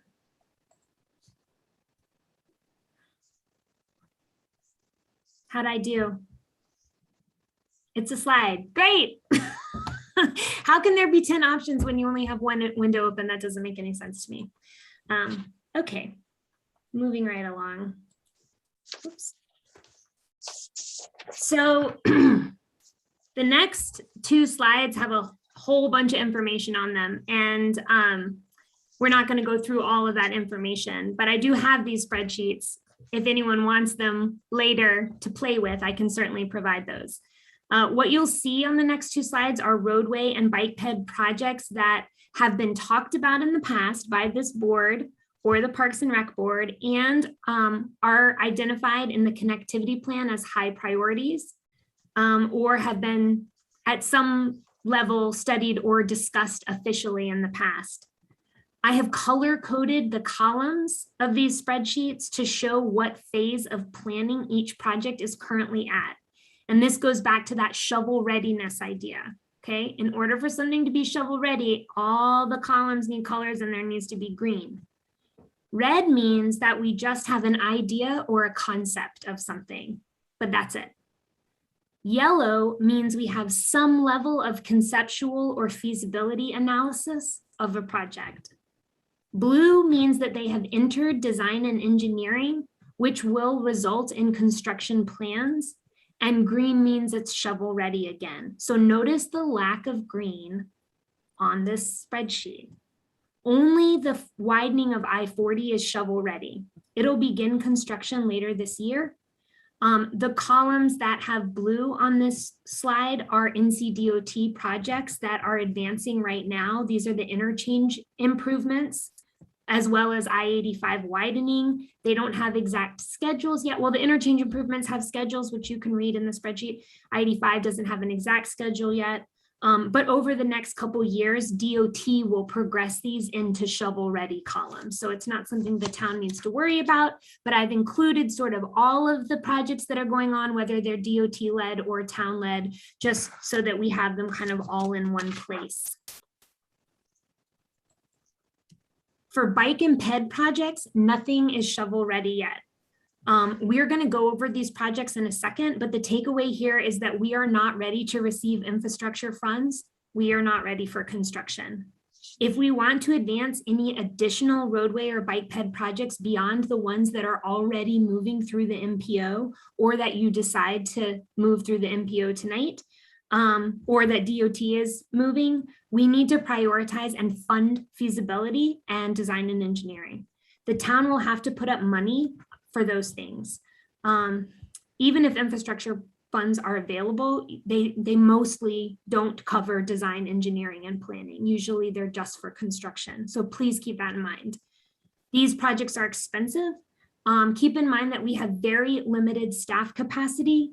The upcoming expenses that we heard about last month from Marie are also really something that needs to be remembered and considered every time we talk about adding projects to town. There's not really any reason to study or design projects that we don't intend to build in the very near future, because those studies and estimates go out of, they become not useful after a couple years. So let's briefly go through the projects. This won't take very much time, but it's a lot of slides, so bear with me. The roadway projects are going to be shown in red. The bike and ped projects are going to be shown in green. That was mostly just for my own sanity. I'm someone who likes color coding things. So this one is the interchange improvements at South Cherton and 85. It includes rebuilding the interstate interchange to accommodate additional lanes and safety requirements. It is led and funded by NCDOT. Right-of-way is in 2025 and construction is in 2029. I'm only including these projects so you guys can remember there's a lot of construction that's about to start. This is the interchange at 86 and 85. Again, rebuilding to accommodate additional lanes, also led and funded by DOT. Right-of-way is in 2027 and construction is in 2029. We, of course, have the widening of I-40 through Orange County, which will be under construction this year and funded by the DOT. We have the widening that is planned for I-85, but not scheduled yet. This will also be an NCDOT project. Town staff collaborates in these projects to a certain degree, but when it involves an interstate, our level of participation is more logistical, and we're not a lead agency on these projects, but they do impact our residents, so it's important to keep them in mind. The South Cherton widening project is planned to add capacity and mitigate congestion and add multimodal facilities. That's the way that its purpose and need is stated in the NCDOT project. It goes all the way from I-40 here to 70A. NCDOT started the project in 2018, but it's on hold. Right-of-way is scheduled for 2026, I believe, and construction in 2029. We have improvements to the intersection of Orange Grove Road at Mayo and Eno Mountain Road. This was studied in phase 1 of the connector plan, and the town board chose the alternative that has 2 roundabouts that work in coordination together. It was submitted for scoring in spot 6. We should have that scoring any day now. We have feasibility on this project, but we don't have design and engineering. However, once it's funded in the STIP, that design and engineering would be the next step.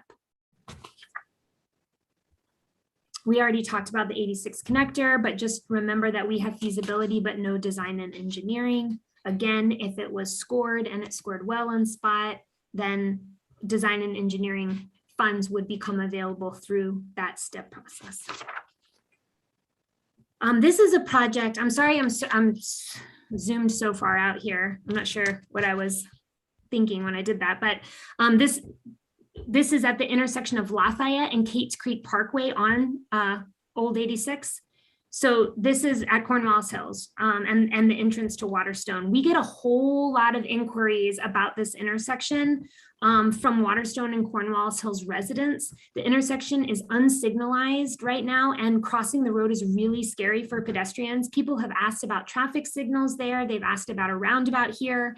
I'm bringing it up because we really need to study this in coordination with the Cherton Street widening project.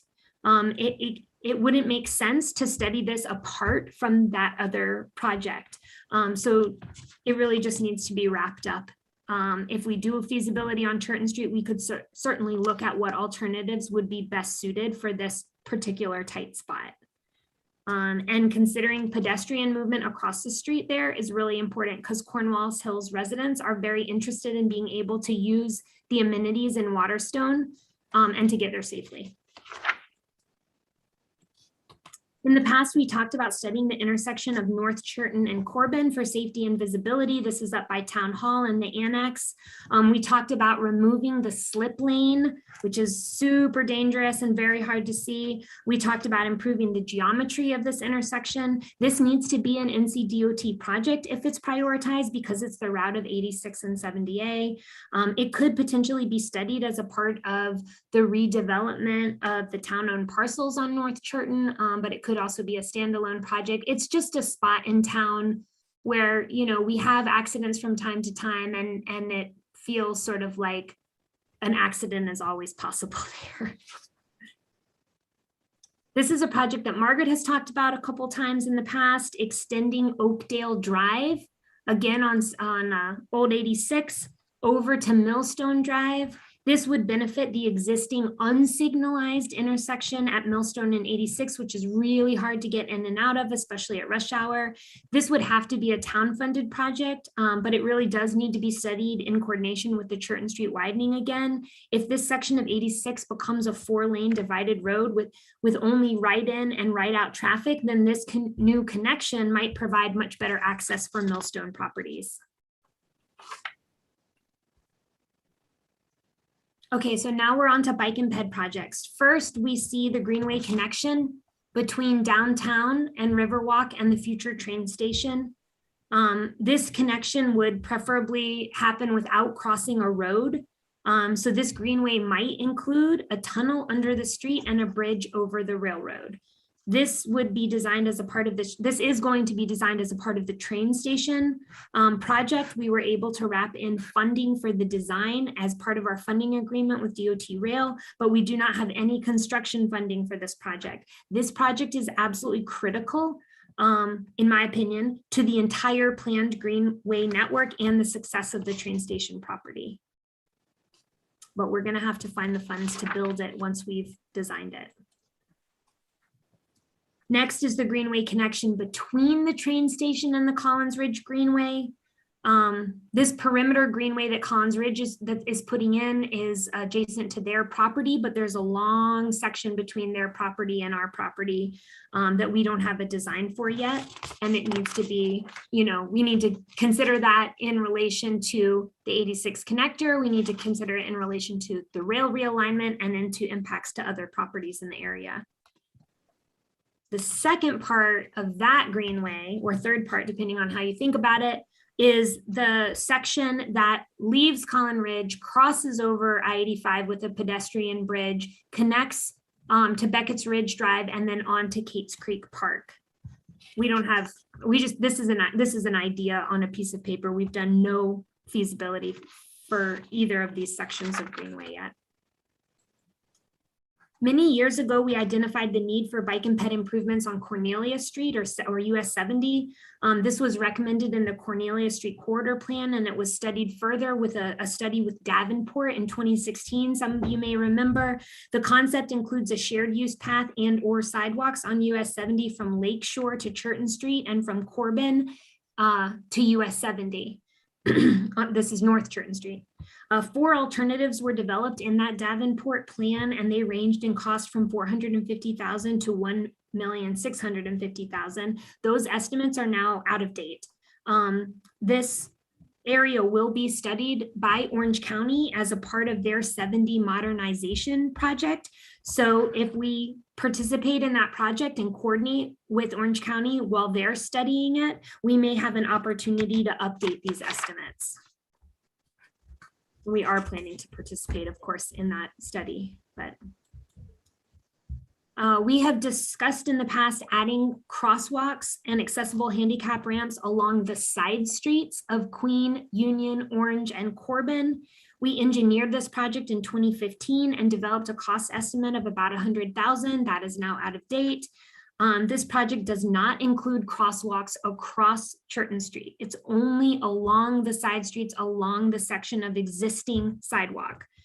The crossing Cherton Street crosswalks are not advised or really approvable by the NCDOT because those intersections are unsignalized, and crosswalks at unsignalized intersections can sometimes be very dangerous for pedestrians. We have talked about constructing a new sidewalk between Eno Haven and the Orange County Sportsplex or Senior Center. There is a portion of sidewalk there now, but it's not handicap accessible. We have residents that are walking on 70A to get to this key destination, and it's very unsafe. I'm seeing a hand up, Kathleen. Did you need to ask a question? I'm sorry if I missed that. Oh, not right now. I'll wait. I just wanted Okay. to put it up for when it's time. Okay, got it.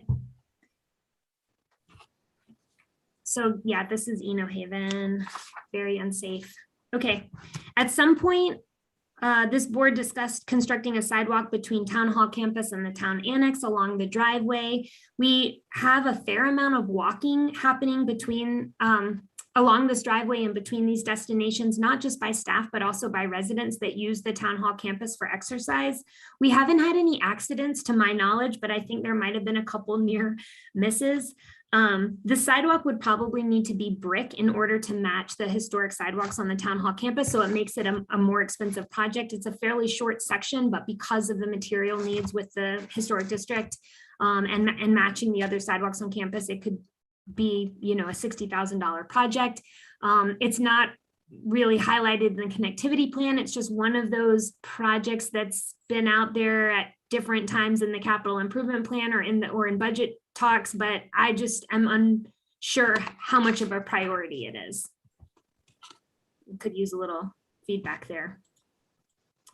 Last year, I was approached by a member of the Burwell School Board about creating a sidewalk along Union to connect to the accessible entrance of the Burwell School. This is a key destination in town, of course.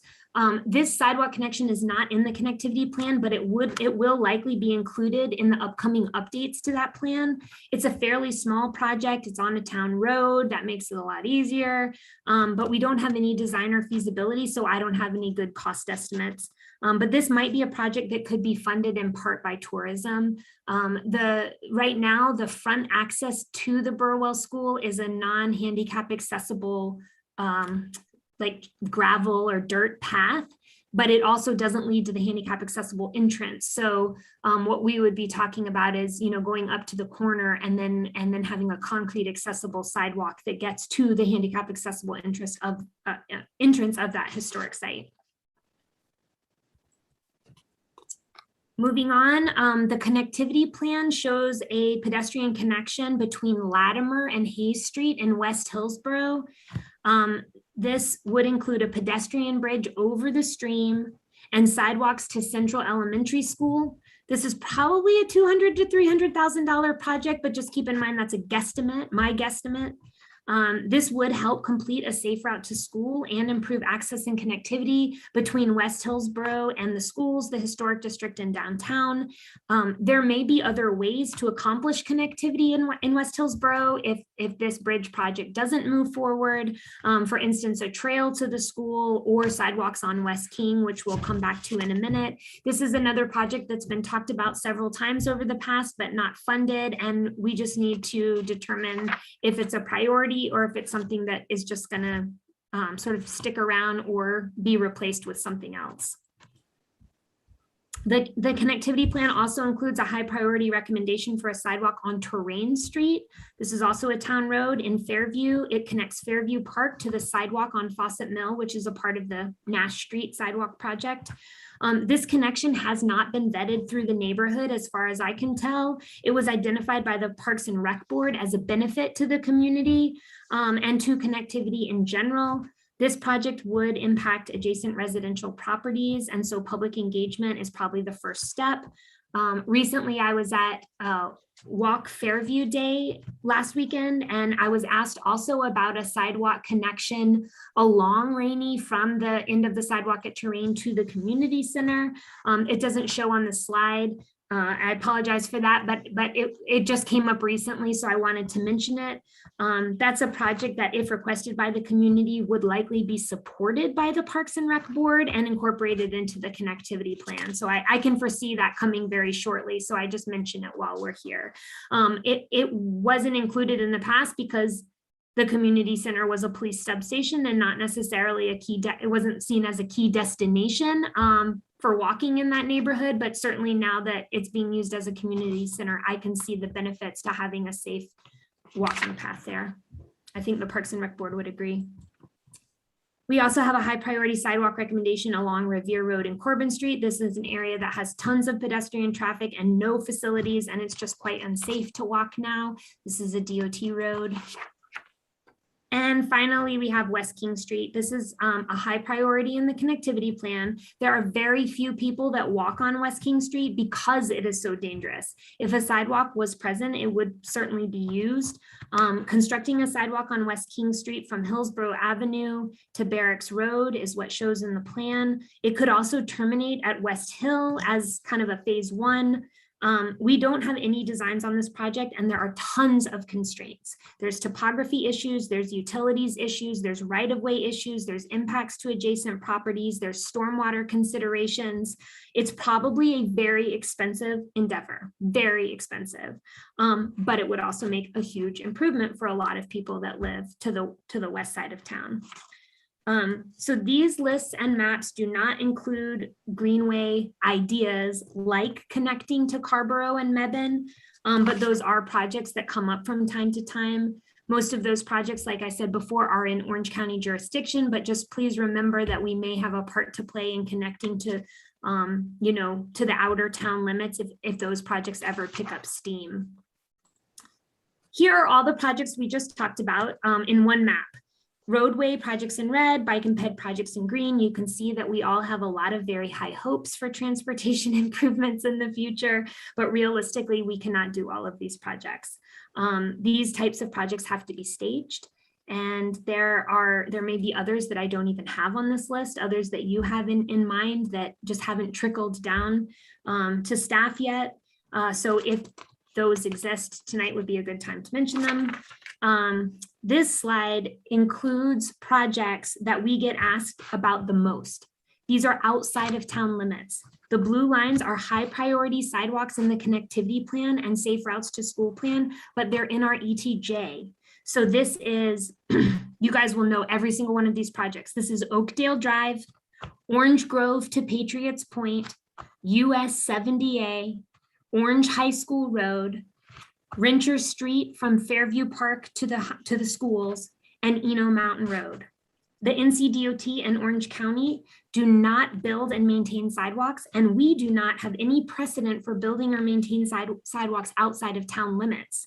So these areas are incredibly problematic because they're a part of our community and have high traffic and have safety issues, but don't really fall in our jurisdiction from an infrastructure standpoint. There certainly needs to be connectivity along these routes, but who will build and maintain them? I do not have an answer. Finally, just to add in purple here, the projects that are being studied by Orange County, mostly just to make you guys aware of what Orange County staff are looking at, the modernization of 70 here and 70A, also 86 to the 8657 split, and the modernization of Orange Grove Road. We will certainly participate and coordinate with Orange County on these studies, but we're not the lead agency. So in summary, this is our brain on transportation. This is what it looks like every day, trying to figure out what to get ready for. And when people ask about infrastructure funds, they're usually asking about one of these projects. We have a lot of interested citizens that are concerned about safety, that are concerned about traffic. And so, you know, we have a lot going on. Transportation projects are very time consuming, very expensive, and we can't usually take on more than one or two at a time. Luckily, NCDOT and Orange County are prioritizing a number of improvement projects in our jurisdiction, but we also need to determine what projects the town wants to advance. So we come back to those three questions of the night. First, we're going to need direction on the 86 connector project. In red, I've written what staff's recommendation is. Submitting alternatives 1A and 1B for the new connector for spot scoring. Question number 2 is priorities for future feasibility. I feel like we all kind of agreed that staff recommendations it looked like everyone was in agreement that we'll put the parking study off, we'll start studying the Greenway plan, and we'll attempt at our own feasibility plan for Cherton Street. And then 3, the third question is, what other roadway and bike ped priorities must we advance? What expectations do you have of staff to advance these other projects, if any? And what we have been advancing are the roundabouts on Orange Grove Road at Eno, Mountain, and Mayo. That has currently been submitted in spot. We have advanced the Greenway from downtown to the train station. We were able to get it wrapped into train station design, which will give us a lot of information and be really helpful to have those designs in place so that we can start looking at funding, get a really good engineer's estimate for the improvements that need to be made. That is likely to be a very expensive project. And then I think our impression of what the priorities are to study and plan the Greenway from downtown to Cates Creek Park. That is being promoted as a top priority by the Parks and Recreation Board. And then the Cherton Street widening is certainly our recommendation. And that would include that Highway 86 and Lafayette intersection at Cornwallis Hills. This slide, which is our last slide, has all of the projects that we just went over that aren't prioritized. So nothing on this list is moving forward right now. If the town board wants to prioritize any of these projects or add any other ones to the list, then that's the type of information that we need to know. Keep in mind that the addition of any new projects may delay others or we may need additional staff. Depending on how much work there is, there may be a need for more project managers. So I'm gonna stop screen sharing if that's okay with you guys.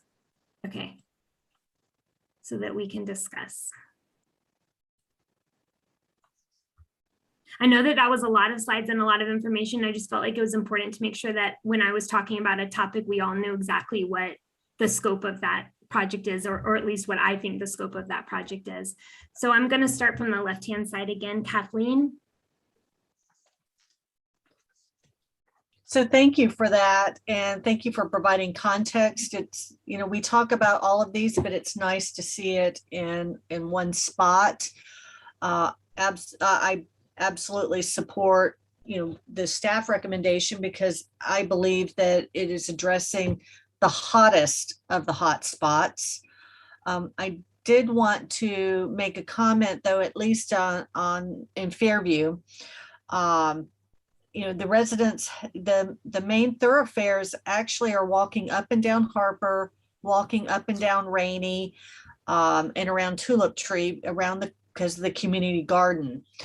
I'm really glad, and I'm sorry I missed you at the Walk Fairview, but in terms of the residents' request, it may be helpful, maybe it is for staff to have a community watch, because the way the community, the they're under the impression that when they talk with you at an event like Walk with Fairview, that you are taking that away as something that's actionable. So, the community, I think there's a good opportunity for greater engagement in helping the community understand the best way to get their views officially recognized. Because they are absolutely desperate for sidewalks there, and those two, like I said, those two major, they're already being used. But going back to the priorities, I think you've hit the key areas. We've got to take care of those intersections and the feasibility studies at Lafayette, and looking at Mayo, Orange, and Cherton Street widening. I am supportive of the staff recommendations from all three sections. Thank you. And I am continuing to work with the interns in Fairview and the community watch group on sort of that list of ideas and improvements they had, and I'm continuing to work with them. I do think that, the Parks and Rec Board does its best to be a representative volunteer board, thinking of what everyone's ideas are. But once we start really talking about any project, there needs to be engagement with the people most impacted, as a part of the feasibility study for any transportation project. I agree completely. I believe Mark is next. So I also agree with all the priorities you've listed in those three different categories. And I'm especially appreciative of the visual representation of all the projects and their various stages of development on page 41 and 42 of the packet. I've never seen, or maybe it's been years since I've seen something that's that digestible. So it's really well done, and I appreciate it very much. Thank you.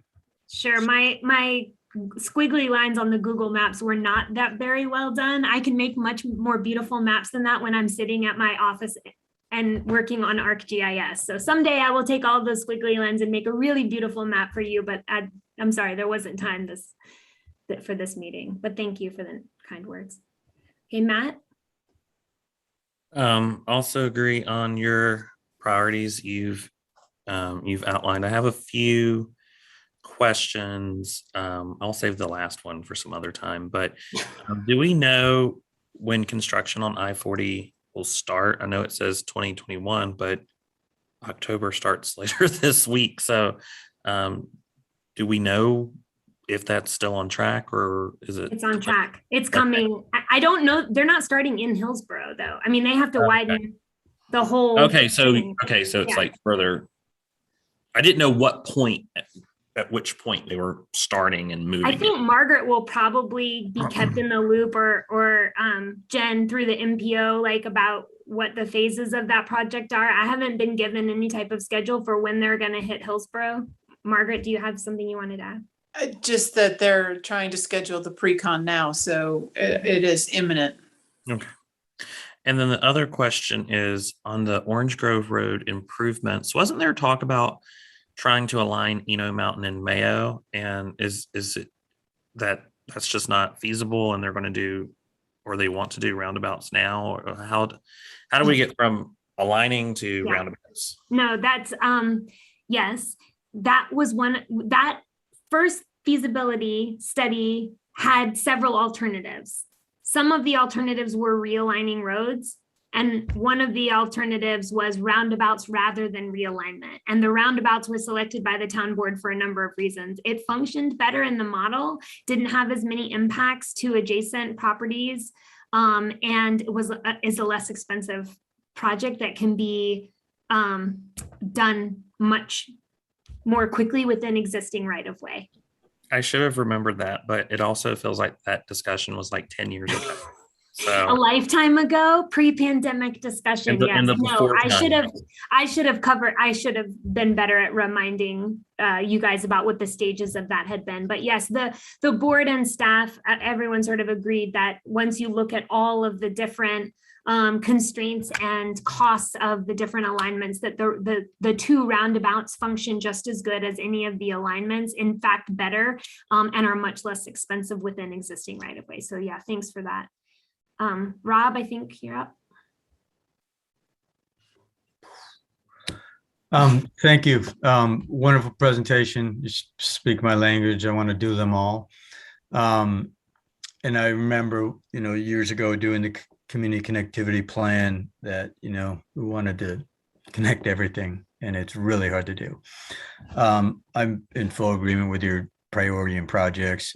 If anyone wants to come play Frogger someday, you can come over to my house and we'll go across the Cates Creek Park and take 2 steps forward, 2 steps back, and try it with the dog. And it's a whole nother level. But so I would love to see that as part of the Cherton widening feasibility study or whatever that plan is too. I do think it's imperative again to have that greenway from downtown to the train station as we move forward, with train station design and other stuff too. And I know you've had sleepless nights over that, Stephanie, and how to really figure that out. And so if there is a way to go under a road and over a river, I think, or a train track, that's fabulous. But I think we need to continue to study that and move forward with that.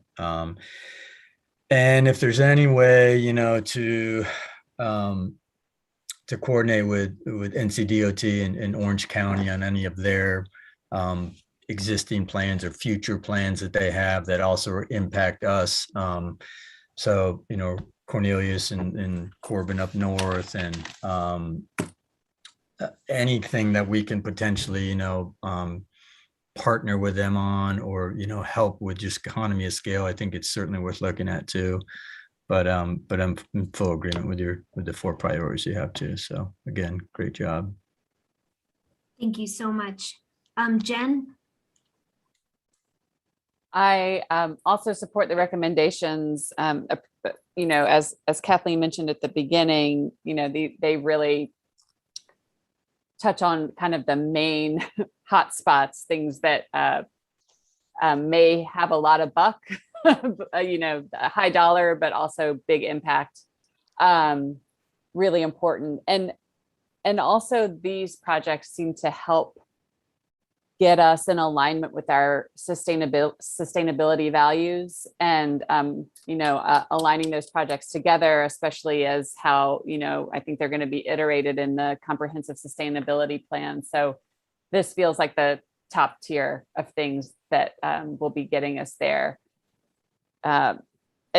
One thought I had is that other list. There are some things on that list that aren't necessarily realistic for the town of Hillsborough to handle, especially the ones that aren't in our jurisdiction. And, we can keep having conversations with other community partners, about how to make those happen. But I think, sometimes you just have to put your energy in places where, you can really have an impact.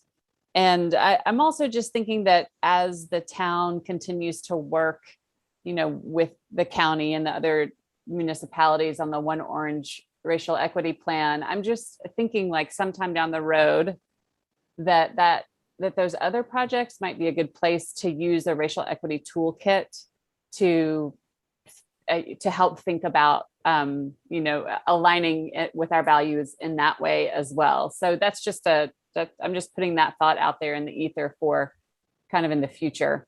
So I echo the thoughts of thank you for putting this so plainly for us, and we'll support the recommendations.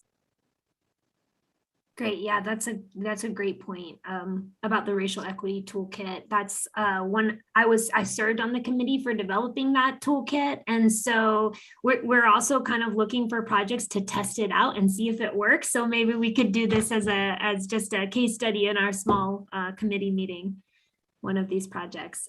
Okay, Kathleen, I see that your hand is up.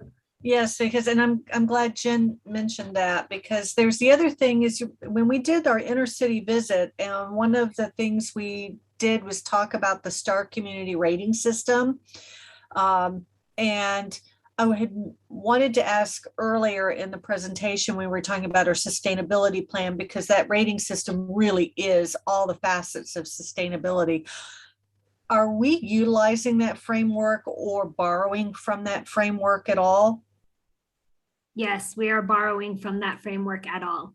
Oh, Yes. thank God. Thank Where God. we are not pursuing star status right now, but that framework is very helpful in all sustainability, municipal sustainability, projections and aligning recommendations. So yeah, it's a great. Oh, framework. I'm glad to hear that, because I know we hadn't talked about, and I hadn't heard it in discussions.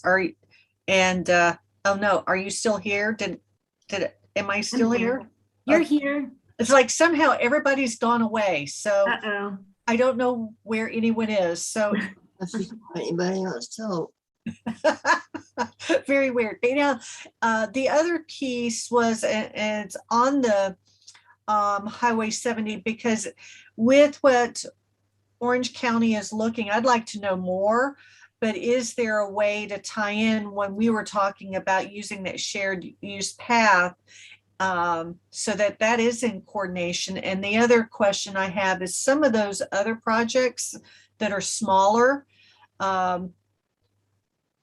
is that something that we have considered when we look at some of our major infrastructure with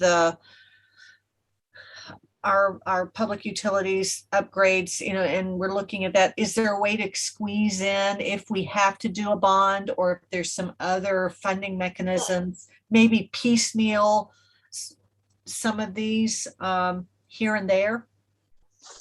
We haven't looked at funding any of the projects that are on the last slide. We've just talked about them being important in different realms.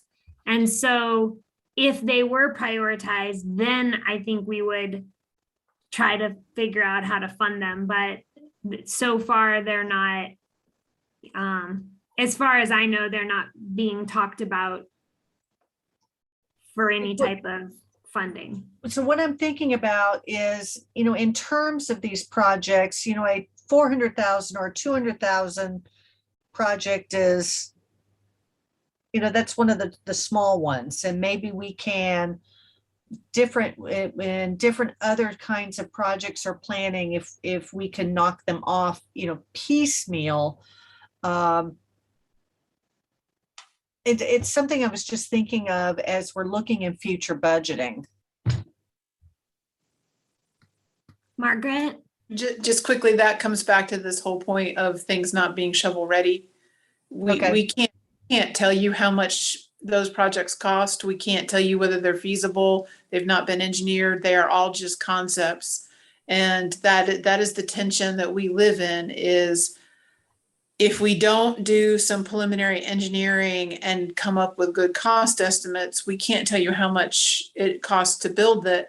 But if we don't do that and move promptly to construction, that study is wasted. And Yes. so that's the tension that we're in. And basically, a lot of the point of this conversation was, here's the list of things that you have said, and we have not studied any of them. If you want any of them to move forward, we have to do some level of engineering, which means we need some level of money to analyze them, just as a reminder. And we do use the avenues that are available to us to try to move things along as we can. But what we're learning is that when we move them along and they don't also get constructed, all of that work is a little bit wasted 5 years down the road if we haven't built it, right? So we kind of have to have some level of commitment to reduce that risk. Evelyn, I'm sorry, did you have your hand up a minute ago? Did I miss you? Not lately, because I think we're going too far. We're going too far out. There's too much to ask the staff to do. And I think we should stick to the things the very first things that we talked about, rather than going out. I don't think we can build another sidewalk in Fairview, Kathleen. I don't think we're going to have the money after going through Nash Street. I don't, a sidewalk, that was a lot of work and a lot of money and things we weren't counting on. And I think before we do all this stuff, let the staff get caught up. Get halfway caught up before we add anything else. There are tons of streets in this town, but people enjoy the streets they have. Let's try to stay online and not add so much to the staff. I feel bad for the staff. We don't have that many staff, so please. But we have such excellent staff, right? You have an excellent staff. I'm not saying that, but you can't expect but so much. I mean, after all, is there time for them to sleep? No, there's no time to sleep. I do think that, I was not asking to add. I was looking forward. and it does seem like everyone's kind of saying the same thing, which is like focus on those hotspot priorities. Staff is on the right track, but let me go to Matt now. Matt, your hand is up. Did you? Yeah, it was more of a comment. I've spoken to some of our, county colleagues, and, simply put, especially as, you go up Orange Grove Road to Cedar Ridge High School and the number of students that walk there, and that's outside of our jurisdiction. But, I've really implored with a few commissioners that I understand, they don't build things, they don't build sidewalks, but we might have legal reasons why we can't do that, and logistical because of the bridge. And are you encouraging people to walk across a bridge when there's no safe way to really walk across the bridge? But as I told a couple commissioners, parents are not going to understand and sympathize with it was outside of our jurisdiction when a kid gets killed. And so eventually, we're going to need the county to, help us, and DOT help us figure out how, to get kids safely there. And then also, I know there's issues leading up to Cameron Park, leading up to Orange High School, similar issues as well. So hopefully one day we'll be able to have those conversations. Maybe if we ever get to have a joint meeting with them again, we can talk about it. Yeah, no, those are all really good points. And I also think that, I was hoping that part of the benefit of this presentation to you would be to remind you guys where everything is, so that if you get questions from citizens about it, you have somewhere that you can look and kind of remember where it was falling. But also feel free anytime to either contact me about it with questions or to send citizen questions to me about transportation, because it's those mind scramble maps at the end. It's hard to keep all of it, in mind, but hopefully this presentation and conversation tonight helped a little bit. And it sounds to me like we might have some areas, the areas of focus that you guys at least have indicated that you care about so far are similar to the ones that staff is pursuing. So that's always a good thing to find out. Are there any other questions or comments for me or Margaret? Is for this type of discussion item, do you feel like, and Shannon, do you feel like we have what we need, or were you looking for anything official? I think that the board members have been very consistent throughout, and this statement of consistency with the staff recommendation is adequate for me. These are not items that need some kind of formal action outside of the town. It's just, kind of guardrails for us. And I don't think any real formal action is necessary at this time. Great. Well, thank you all so much for giving me so much of your time tonight. Appreciate it.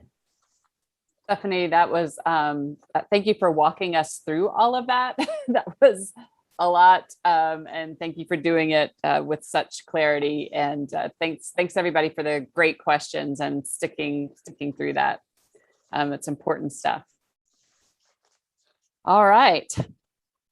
I just want to say I feel excited that we have, that we are on the same page. And these are, this is really this is visionary stuff and part of the long slog forward to really make those visionary things come through. So that feels exciting for me bit by bit. Thanks, everybody. Okay, next we have item 4B, budget amendment for water treatment plant filters repair and rebuild. Marie. Hello, everyone. I echo all your sentiments. I love hearing Stephanie speak, and that was an amazing, informative presentation. But now we are moving to the last major discussion. If it is a major discussion, we're bringing to you tonight a request to allocate some of our direct receipt of the American Rescue Plan funds towards our water treatment plant filter repairs. Right now we have one filter that needs to be repaired. This was in the budget for FY22, but it was unfunded because we knew that these funds were coming. And this is being brought before you tonight because it's American Rescue Plan funds, and there's a lot of money that is coming to us, 2.28 million. We have received the first disbursement and we'll get the second one next year. But Eric has shared some documentation previously that we allocate the majority of receipt of these funds, which have multiple allowable uses, towards water and sewer projects because we have significant needs in those areas. So right now the filters are the biggest need, at least filter one. And we are asking that you allocate $556,500 towards those repairs. And that's just through an ordinance and a budget amendment. We don't know that the total cost will be that much, but we are given the worst case scenario. In your packet, you also have not only the ordinance and the actual budget amendment. I've provided the CIP write-up on the actual technical problem that we need to fix. And then the very last attachment is the ARP funds, American Rescue Plan funds, proposed projects that Eric worked on. And that is just sort of an overarching idea. Future discussions on the rest of this money will come, but just tonight we are asking for the filters to be allocated to ARP funds.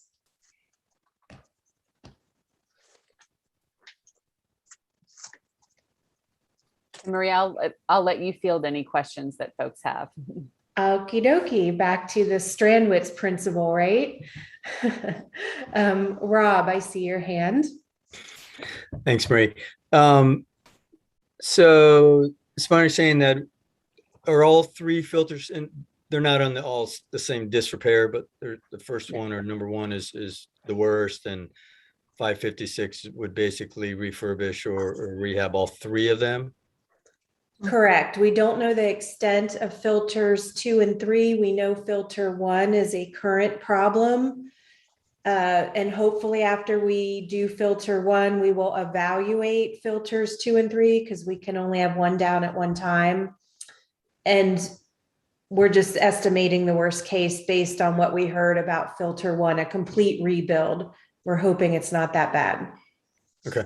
And do we, how confident that, you know, the contractor will be able to do all three in this one thing, or would, I'm just thinking for economy of scale, because I 100% agree that if we can do, you know, all three at one time, it's kind of the, you know, makes sense as opposed to having them come back and us having to do something else later on for another one. But are you confident that they can do all three at this time? I'm confident they can repair filter 1. They're on the schedule for late October, early November.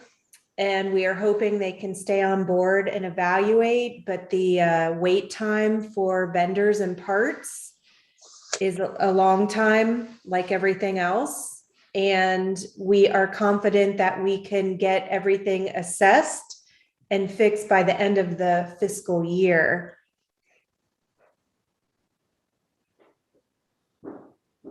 Good. Evelyn, do you have any comments? I think it's a great idea to do 3 if you can. Do the first one, then the second one, and third one. Because this is a big worry. If one thing goes wrong, then something else is going to go wrong. And I would do 3 if I could get 3. And we probably have the money. Thank you. Let's find somebody to do it. We do have quotes and a contractor lined up, a contractor that's very, this is their wheelhouse, doing the filters. But I would do all 3 if as far as I'm concerned. Thank you. Matt? I don't have any questions. I was just going to move adoption of the grant project ordinance and authorize the budget transfer. And I would second that if that's a motion. That is a motion. Then I would second it. And I still have a question. So we've got a motion and a second. And so why don't we enter the discussion with Kathleen's question? Yes, so when, these filters, how long, so when the repair occurs, how long are these filters supposed to last? And where I'm getting at is, are we spending funds on temporary repairs or work that it's less lasting than something that's more long-lived? This is not a Band-Aid. This is a full-fledged repair. The filters have been in place, I believe, since the plant was built in the 70s. I know we added a filter building in 2006, mid 2000s, from what I can gather. But the filters themselves have been in place a long time. And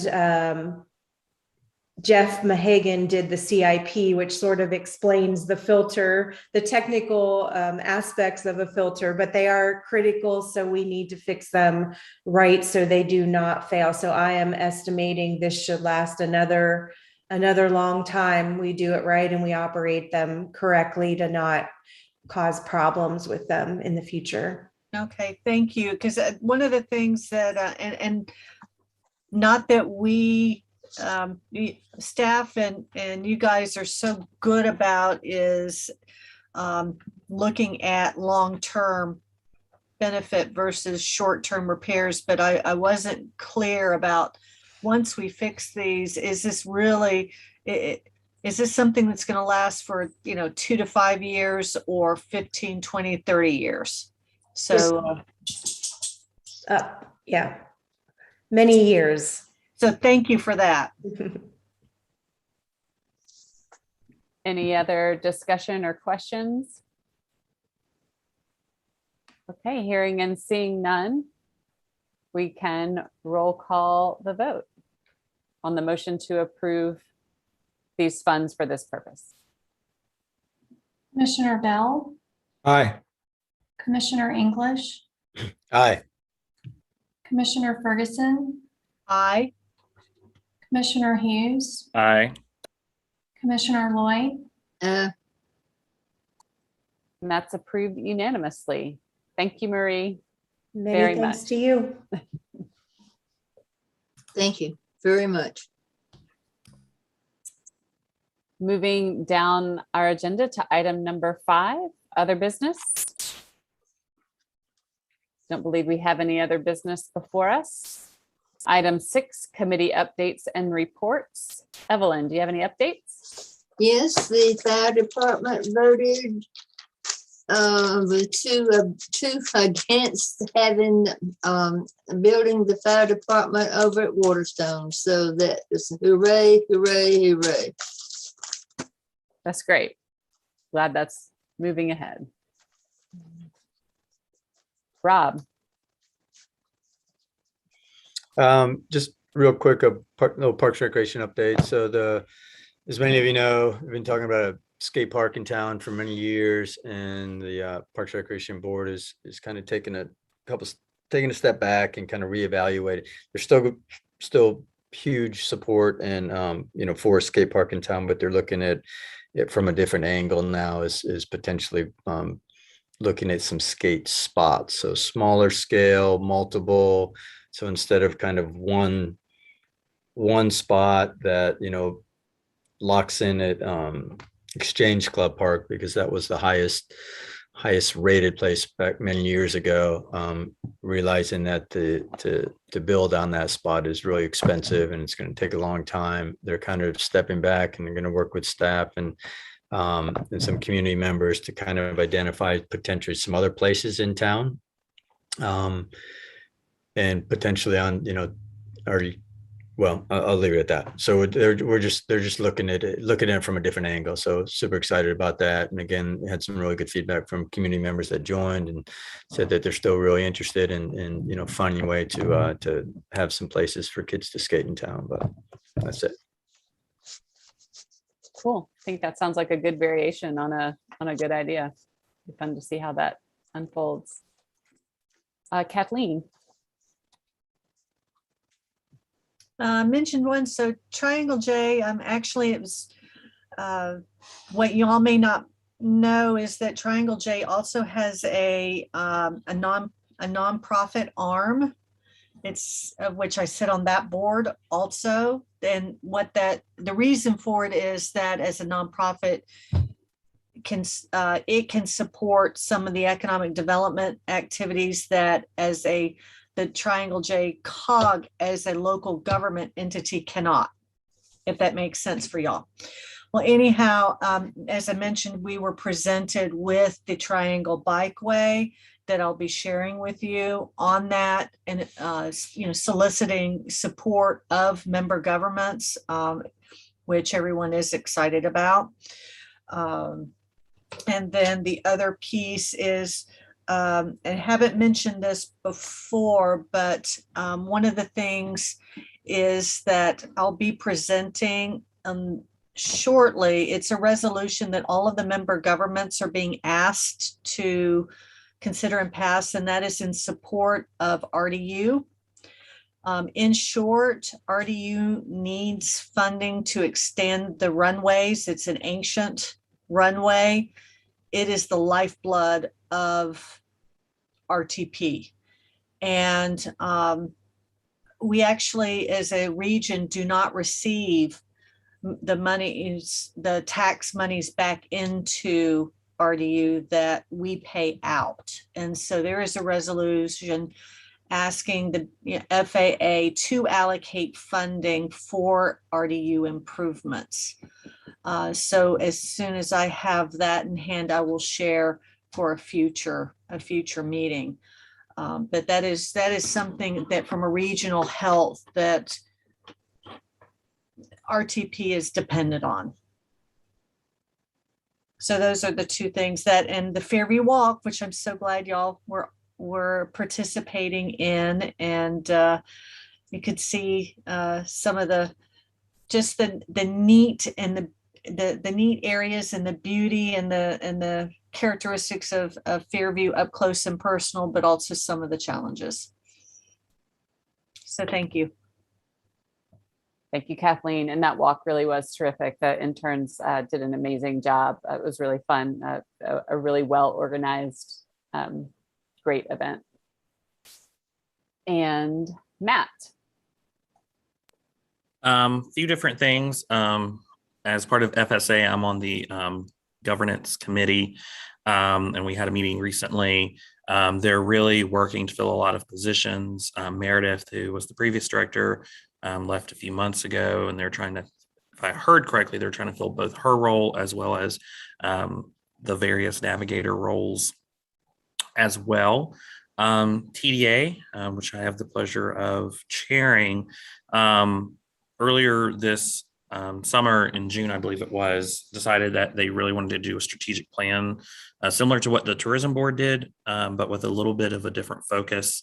Originally, the TDA just kind of bought into the overall tourism plan that the tourism board had, but we are a more unique sort of board than the tourism board even with the cross pollination that exists. So one of the things that we've identified as a long-term goal is a performing arts space in Hillsborough, and working with our county partners. So Katie Murray participated in our most recent meeting of really trying to figure out how to do this. We're also participating in the Beacon event, which is the arts, I guess, countywide arts festival or something along those lines, throughout the county and all the jurisdictions. So that's very exciting to participate in. I'll be dropping in on the organizing calls moving forward for that, which is going to take place next year in 2022. And then I forgot at our last meeting to mention that I had attended the Water Sewer Advisory Committee meeting on our behalf, really fielding some of the questions. I know there were some questions raised at the previous meeting about how we determined, the rates that we were going to use for the upcoming fiscal year and other things. And I think the board, or the committee rather, really appreciated some of the answers I provided to them about why we did what we did and when we did it. But that we really do need their input and feedback when they have concerns or suggestions to bring forward to us, particularly on rate structure, what sort of role they see themselves playing in helping set policy in the town. And I think that suggestion was also, I made clear I was speaking for myself, but that was something that was very well received nonetheless, that, it was an empowering kind of suggestion. I think the members of that committee took it as such. But those are my updates. And then next week, I am going on apparently a 3-hour pontoon boat tour over at, I guess this is over at Jordan Lake, or not Jordan Lake. Yeah, Jordan Lake. So it's a 3-hour tour on a boat. Hopefully I don't get lost at sea. 3-hour tour, but that'll be very exciting, and I'll let y'all know what I find out. Thanks, Matt. Take your life preserver. Mark. Oh, Rob, go ahead. Looks like you want to jump in. I'll go after Mark. Okay. I have nothing to report. That's you, Rob. It's really a question for Eric and Margaret. I'm just curious if we have any movement on the lease for Fairview Community Center, or the conditions basically of when we're actually turn that over to them. Sure, I can report. We're making good progress on the lease. We slowed down when COVID extended the period because they really did want to stay in line with the town's plans for reopening. So we are still kind of targeting October 1st. We might not quite make it there, but one of the last things that we took to it after I had kind of circulated the concept amongst more staff, our safety and risk manager came back with, we really should have liability insurance, make sure that they have liability insurance. And so they are working through that with a local insurance agent. We have, we've updated the fire alarm. I've got trying to get something scheduled with the architect to come out and do an assessment and things like that. So it's baby steps and it's slow, but we are getting closer and closer. And the police called and wanted to use the building for like 4 different dates throughout the month. It was a quick phone call to one of the members. They wrote back and said, yeah, no problem. And so I think the coordination is all there. We just don't necessarily have the signatures on pieces of paper and things formalized, but it feels like it's going to be fairly smooth and work well. And we've lowered some of our expectations over how swanky the calendar system is going to look, and just said, let's get something where it's easy and people can see it. And it's taken a little longer than I wanted, but it's going well. And the sign has arrived. So we're just going to have to coordinate on getting that installed and then doing some unveiling for them. So Can we have a formal ceremony Well, I'm gonna leave that to the community on what they want to do, because it's their building. They want to do I'm sure they want to do something. But yeah, I haven't told I them know they do. the sign did just arrive, so we have to coordinate on when it could possibly be installed. Do you know, Margaret, are they open to if the police are interested in potentially using it on occasion to allow that? And can we write that Yeah, in the contract if need be? At least we've got that in at least through the end of the year. You know, by the end of the year, the police should be able to use the new space that we're leasing for them, and then there won't need to be that. But it was a very simple transaction of, you know, if it's during the day, during the workday, it's probably not a problem. And they were very accommodating and very quick to respond. So it was. Super. Thank easy you. peasy. Thank you for all that work on that. I appreciate it. Thanks for that update, Margaret, and the question, Rob. And my only update is just a reminder. Unfortunately, I'm very sad I'm not going to be able to do this, but Matt reminded me that when he was speaking about Katie Murray, is that the Arts Mill Gallery grand opening is this Friday. And so it sounds like it's going to be a super awesome, well-organized event. They're doing tours. So that would be sounds like a good way to go see that space. Hope I get to see it sooner or later. And then my only other update is pending this week is that on Wednesday morning, we have the MPO, we have our joint meeting with the Campo MPO, which is the capital area MPO. And so we're going to be, continuing conversations about, our vision for the long-term vision for the region and how that aligns with our values and how that fits into the transportation funding apparatus. So that's all I have. And I think I've covered everybody. So there are no more reports or updates. I will entertain a motion to adjourn. Make a motion to adjourn. Second. Moved by Evelyn, and I heard Rob first. We can roll call that vote. Commissioner Bell, Aye. Commissioner English, Aye. Commissioner Ferguson, Aye. Commissioner Hughes, Aye. Commissioner Lloyd. And it's unanimous. Thanks, everybody. Have a great rest of your evening.